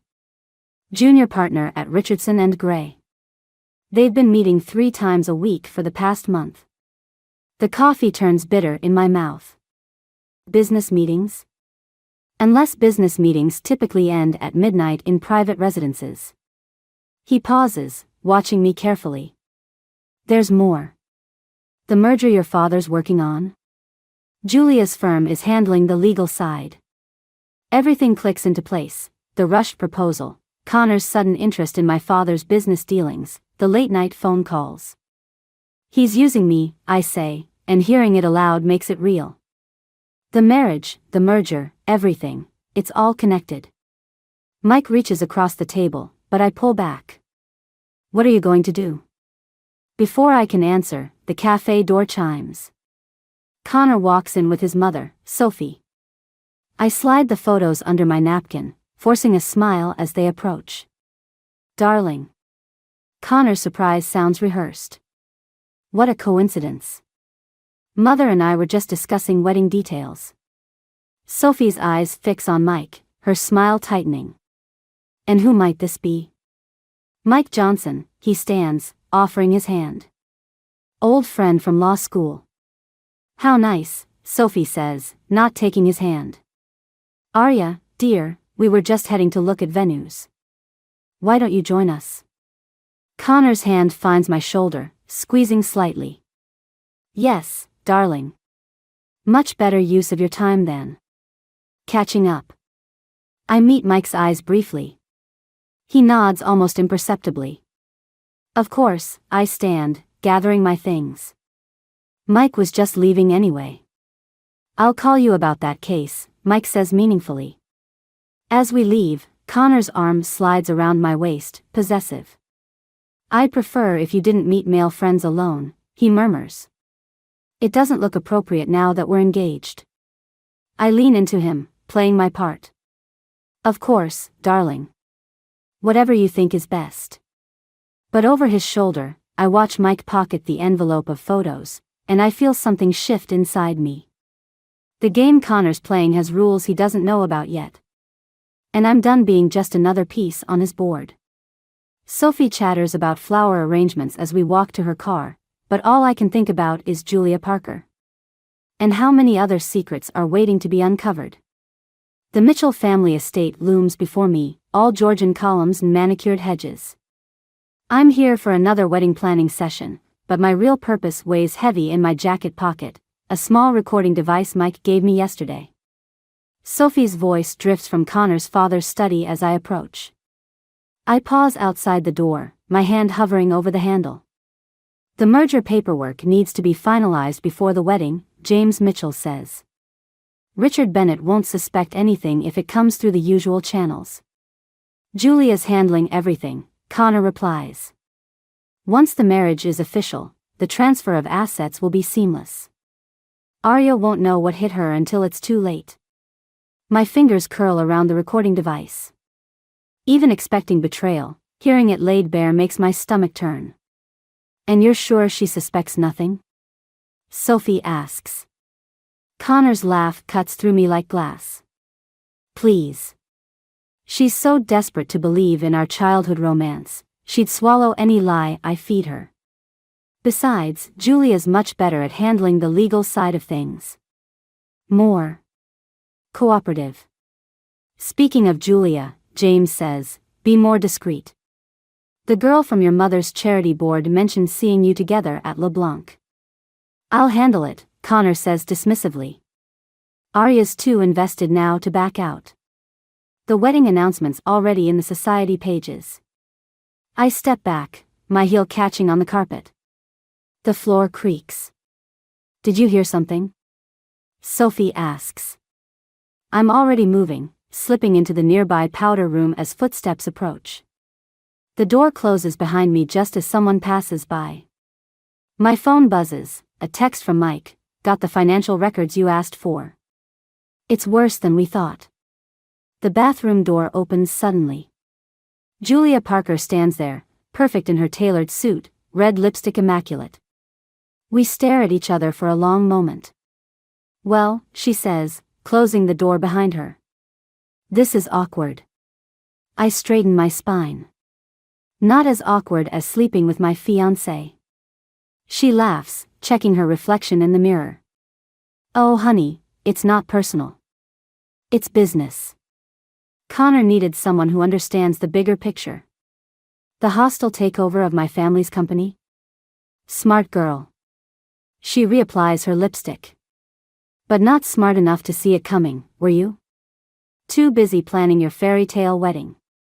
Does it make you feel powerful? I ask. Being the other woman? Her smile falters slightly. Other woman? Please.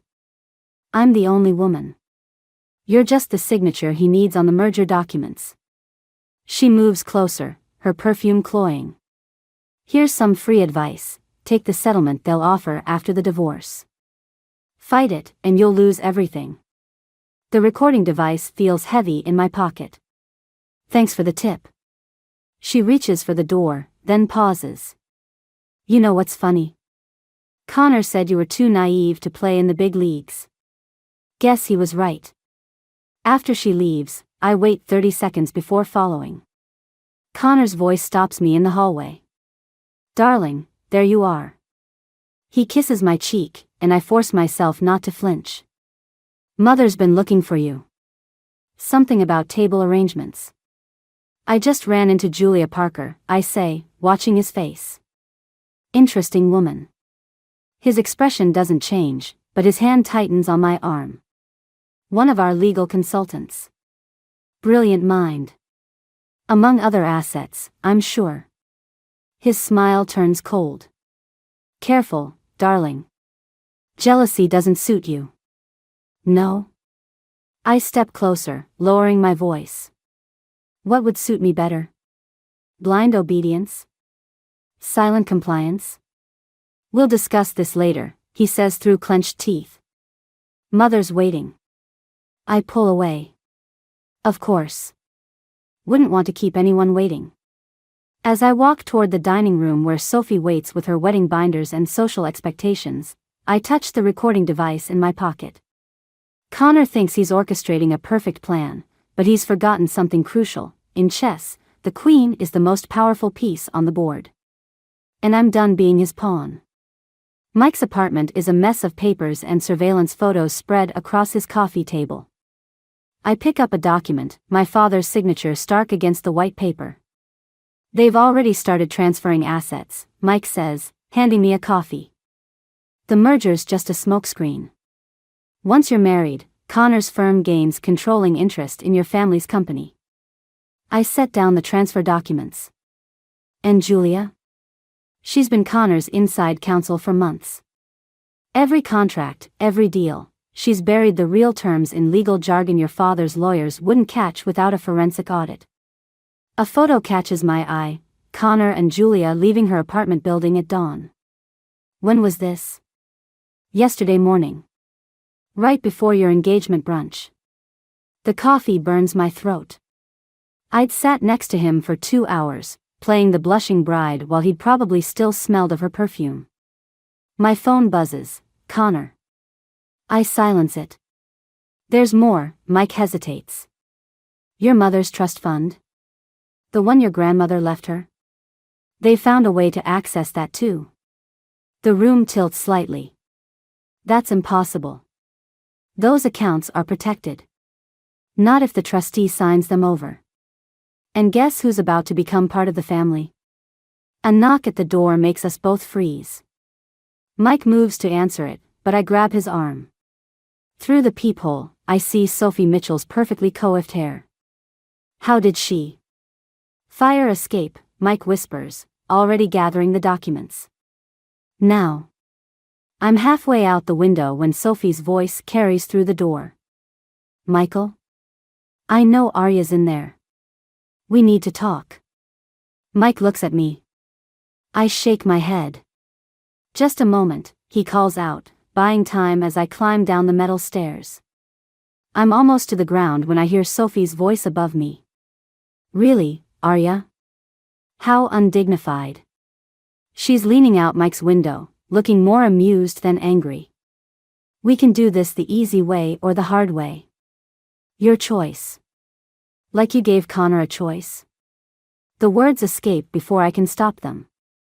Her smile falters. Come back up. There are things you need to understand. I understand plenty. Do you? She leans further out. Did you know your father's company is already failing? That this merger is the only thing keeping your family from bankruptcy? I stop climbing. That's right, she continues. Connor's not the villain you think he is. He's saving your family's legacy. The only question is whether you'll help us do it cleanly, or make things messy. By marrying him while he sleeps with Julia? Marriage is business, dear. Love is a luxury we can't always afford. She straightens her jacket. Come up, and I'll show you the real numbers. Then you can decide if your pride is worth your family's ruin. I look down at the alley below, then up at Sophie's calculating smile. Either way, I'm trapped. Fine, I say, climbing back up. Show me. In Mike's apartment, Sophie pulls out a tablet, displaying spreadsheets that make my stomach sink. Red numbers. Massive debt. My father's signature on desperate loans. Your father doesn't know we know, Sophie says softly. We could destroy him. Or save him. Your choice.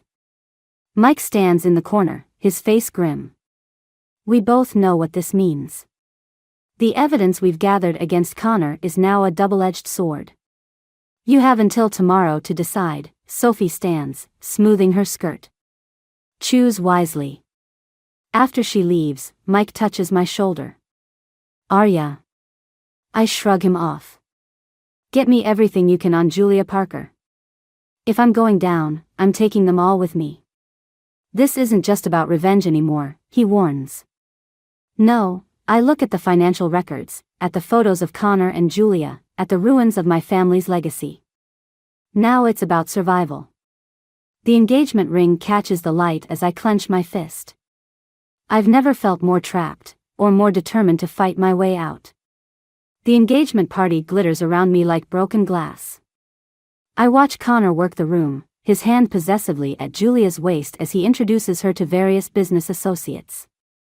The perfect picture of professional courtesy, except for how his fingers curl into the fabric of her dress when he thinks no one's looking. Another champagne, Miss Bennet? A waiter appears at my elbow. Water, I say, trading my untouched glass. With lime. Father approaches, his bow tie slightly askew. Princess, you should be mingling. The Hendersons are asking about you. In a moment. I touch his arm. Dad, about the merger. Wonderful news, isn't it? His eyes are bright, unfocused. Connor's restructuring proposal will save everything. Should have done this years ago. My chest tightens. Did you read the full contract? Sophie's had her people review everything. Top-notch legal team. He pats my hand. Don't worry your pretty head about business matters. That's what having a strong son-in-law is for. Across the room, Connor catches my eye and raises his glass. I mirror the gesture, bile rising in my throat. Mike's text buzzes in my clutch, documents ready. Say the word. I type back, not yet. Need one more piece. Julia breaks away from Connor's group, heading toward the powder room. I count to 30, then follow. She's touching up her lipstick when I enter. Enjoying the party? Almost as much as you're enjoying my fiancé. I lock the door behind me. Her hand stills. Careful, Arya. You're playing with fire. No, I pull out my phone, showing her the photos Mike took. I'm playing with gasoline. And I have matches. She studies the images, her composure cracking slightly. What do you want? The truth. About the merger, about Connor's plans after the wedding, about how your father's company is hemorrhaging money. She turns to face me fully. Or about how Connor plans to strip it for parts once he has control. The words hit like physical blows, but I keep my voice steady. And your role? I get partner at Mitchell & Sons, plus a percentage of the liquidation. Her smile turns sharp. Connor gets everything else. Including your mother's trust fund. You really think I'll let that happen? You really think you can stop it? She steps closer. Face it, Arya. You lost this game before you knew you were playing. The contracts are signed. The transfers are in motion. In 3 weeks, you'll be Mrs. Connor Mitchell, and everything your family built will belong to us. My hand shakes as I reach into my purse. Thank you, Julia. For what? I hold up the recording device. Her face drains of color. For confessing. I unlock the door. Oh, and Julia? Red isn't your color. I'm halfway across the ballroom when Connor intercepts me. Dance with me, darling. People are watching. His hands settle on my waist as we move to the music. I can smell Julia's perfume on his collar. Mother told me about your little investigation, he murmurs. Very resourceful. But ultimately pointless. Like our engagement? His fingers dig into my hip. Don't be dramatic. This is business. No, I say softly. This is war. He spins me under the chandelier light. A war you can't win. Your father's signature is on every document. The merger goes through with or without the wedding. But with it? His smile turns cruel. At least your family keeps their dignity. Their social standing. Their illusions. The music swells. Around us, couples dance, glasses clink, cameras flash, capturing the perfect society engagement party. You have until tomorrow to destroy whatever evidence you think you have, Connor says. After that, things get unpleasant. I meet his eyes. They already are. Breaking away, I head for the exit, typing rapidly on my phone, Mike, release everything. All of it. Now. Behind me, Connor's phone chimes. Then Julia's.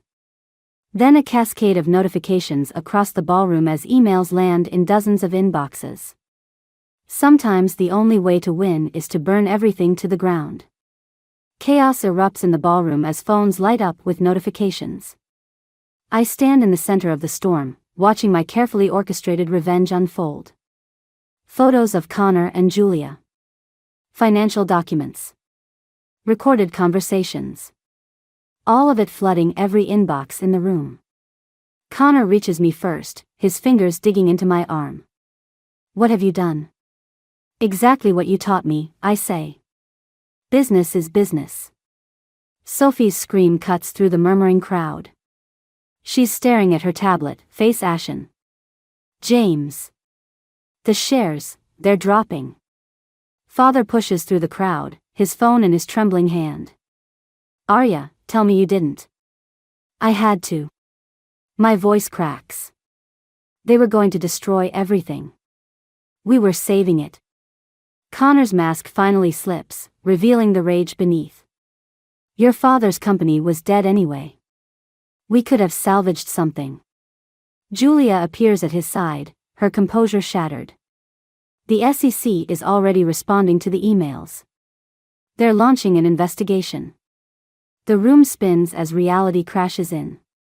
I've blown up everything, not just Connor's plans, but my family's legacy, our reputation, everything we've built. Princess, Father's voice is barely a whisper.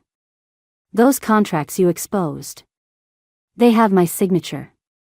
The SEC will arrest you, James Mitchell finishes, his face hard. Unless. Unless what? I demand. Unless we contain this. Connor's calm returns, more terrifying than his anger. Deny everything. Claim the documents are forged. Your father keeps his freedom, our companies survive, and the wedding proceeds as planned. You can't be serious. Dead serious. He steps closer, voice low. You wanted to play hardball? Fine. But remember, you're not the only one who can destroy lives. Mother appears, tears streaming down her face. Richard, they're saying terrible things. That you knew about the fraud, that you... It's a mistake, Father says quickly. Just a mistake. Right, Princess? All eyes turn to me. The weight of generations of legacy, of my father's freedom, of my mother's happiness, it all hangs on my next words. Mike pushes through the crowd. Arya, don't. Shut up, Connor snaps. This is family business. Family? I laugh, the sound brittle. Is that what we're calling this? Sophie takes my hand, her grip like steel. Think carefully, dear. Some bells can't be unrung. I look around the room, at the shocked faces of guests, at Julia's calculating stare, at my father's pleading eyes. The truth would destroy them all. But the lie... Ladies and gentlemen, Connor addresses the crowd, his charm back in place. There seems to have been a misunderstanding. A disgruntled former employee. Stop. My voice cuts through his smooth lies. He turns, warning in his eyes. Darling. I pull off the engagement ring and let it fall. The tiny clink as it hits the floor echoes in the sudden silence. No more lies. Arya, Father steps forward. Please. I'm sorry, Dad. But I can't. Connor's hand clamps over my mouth from behind. I think my fiancé has had too much champagne. If you'll excuse us. I bite down hard. He curses, releasing me. The documents are real, I say to the stunned crowd.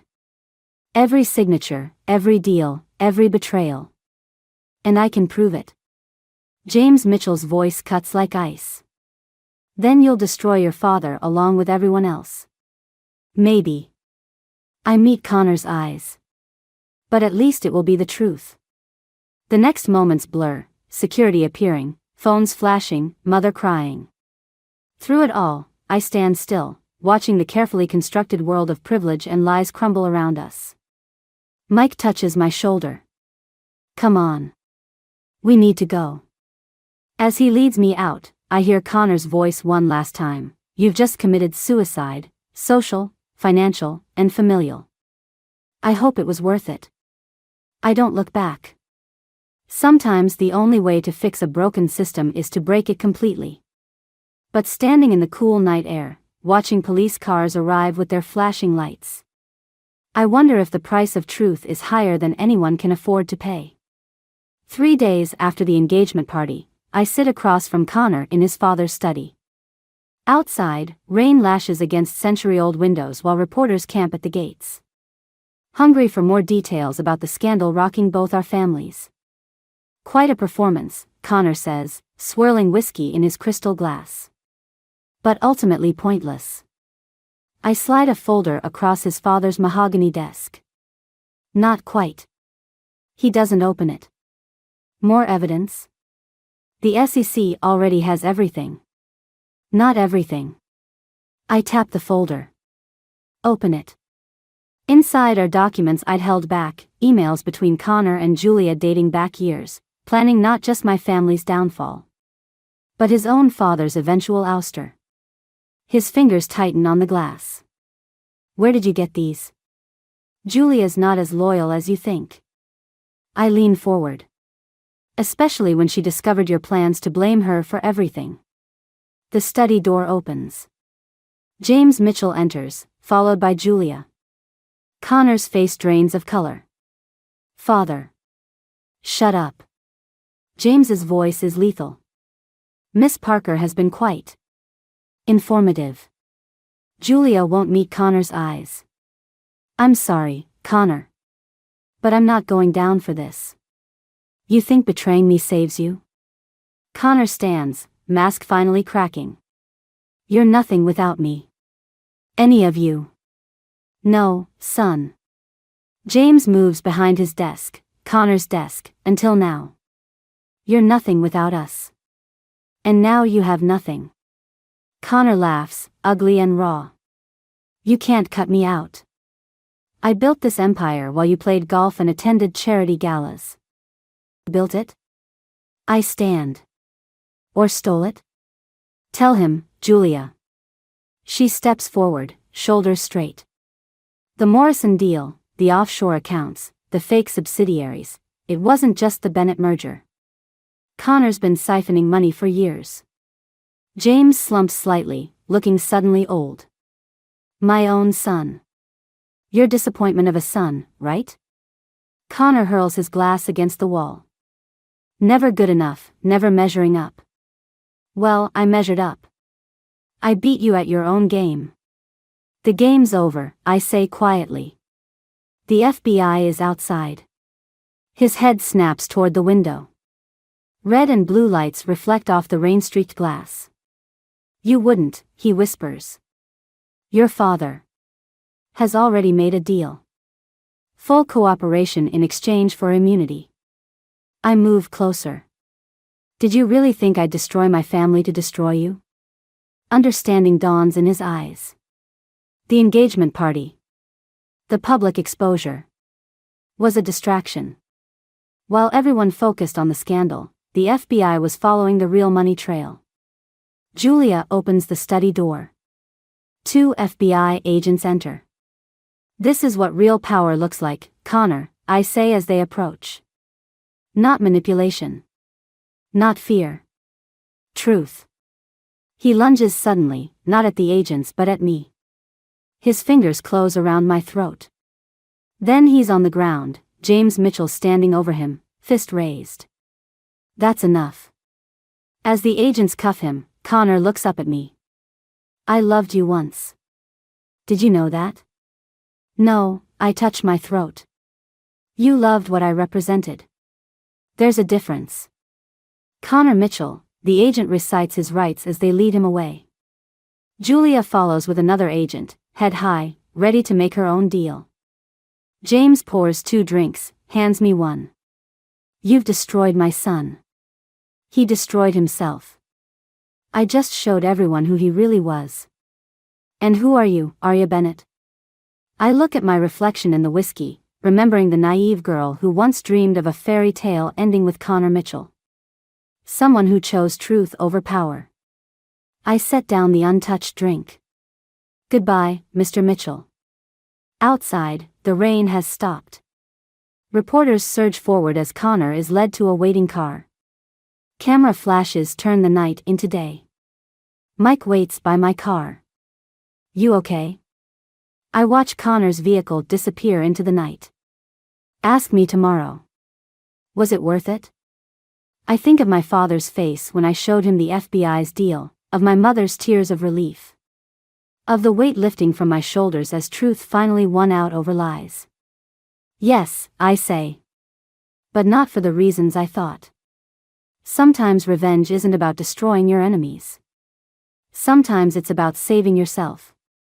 The letter arrives on crisp Mitchell and Sons stationery, delivered to my office by James Mitchell's personal courier. Inside, Connor's familiar handwriting fills a single page. I wonder if you knew, even then, that we were both playing the same game. You learned from the best, after all. Remember when we were children, and I taught you chess? The queen protects the king, I said. But you always preferred to sacrifice your king to win the game.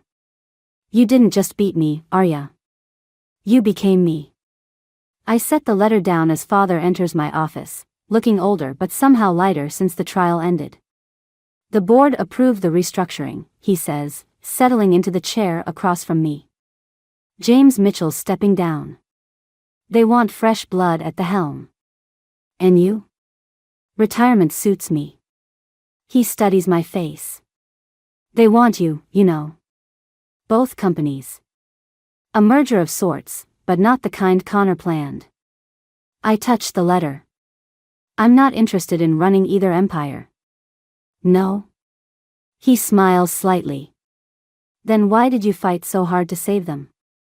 Because they needed saving. Not owning. Mike appears in the doorway, case files under his arm.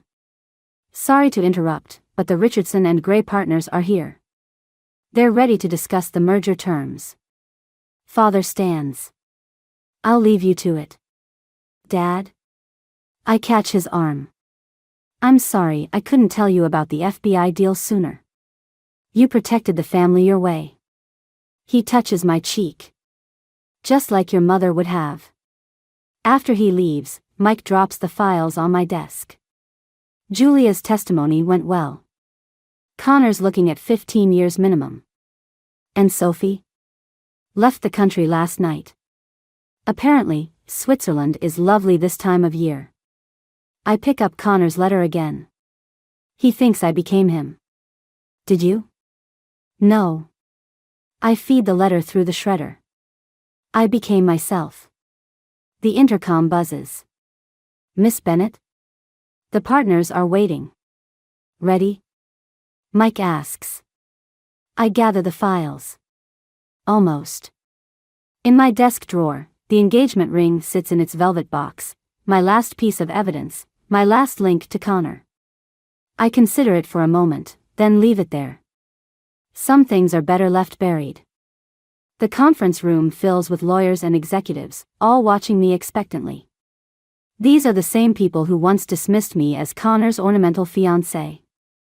Now they lean forward, eager to hear my terms. Before we begin, I say, let's be clear. This isn't a merger, hostile or otherwise. This is a partnership. Equal terms, equal responsibility, equal consequences. Murmurs of agreement ripple through the room. Through the glass walls, I see Father watching proudly. Beyond him, Mother arranges flowers in the reception area, rebuilding our world in her own quiet way. The documents are standard, I continue, but my mind drifts to Connor, sitting in his cell, probably still plotting, still scheming. Still believing that power means control. He never understood that real power isn't about what you can take. It's about what you choose to give up. Miss Bennett? One of the partners prompts. Shall we proceed? I look around the table, at Mike's encouraging nod, at the future stretching out before me, unmarked by revenge or regret. Yes, I say. Let's begin. Later, standing at my office window, I watch the city lights flicker on. My phone buzzes with a text from an unknown number. You won. But at what cost? I don't need to ask who it's from. Connor always did need the last word. I type back a single line. The price of truth is worth paying. Then I block the number, slip my phone into my bag, and head for the door. Outside, Mike waits with takeout and case files, not a fairy tale ending, but a real one. Sometimes the happiest endings aren't about winning or losing. They're about choosing your own path, even when that path leads somewhere unexpected. I close my office door, leaving Connor's ghost behind. Tomorrow is another day, and this time, I'll face it on my own terms.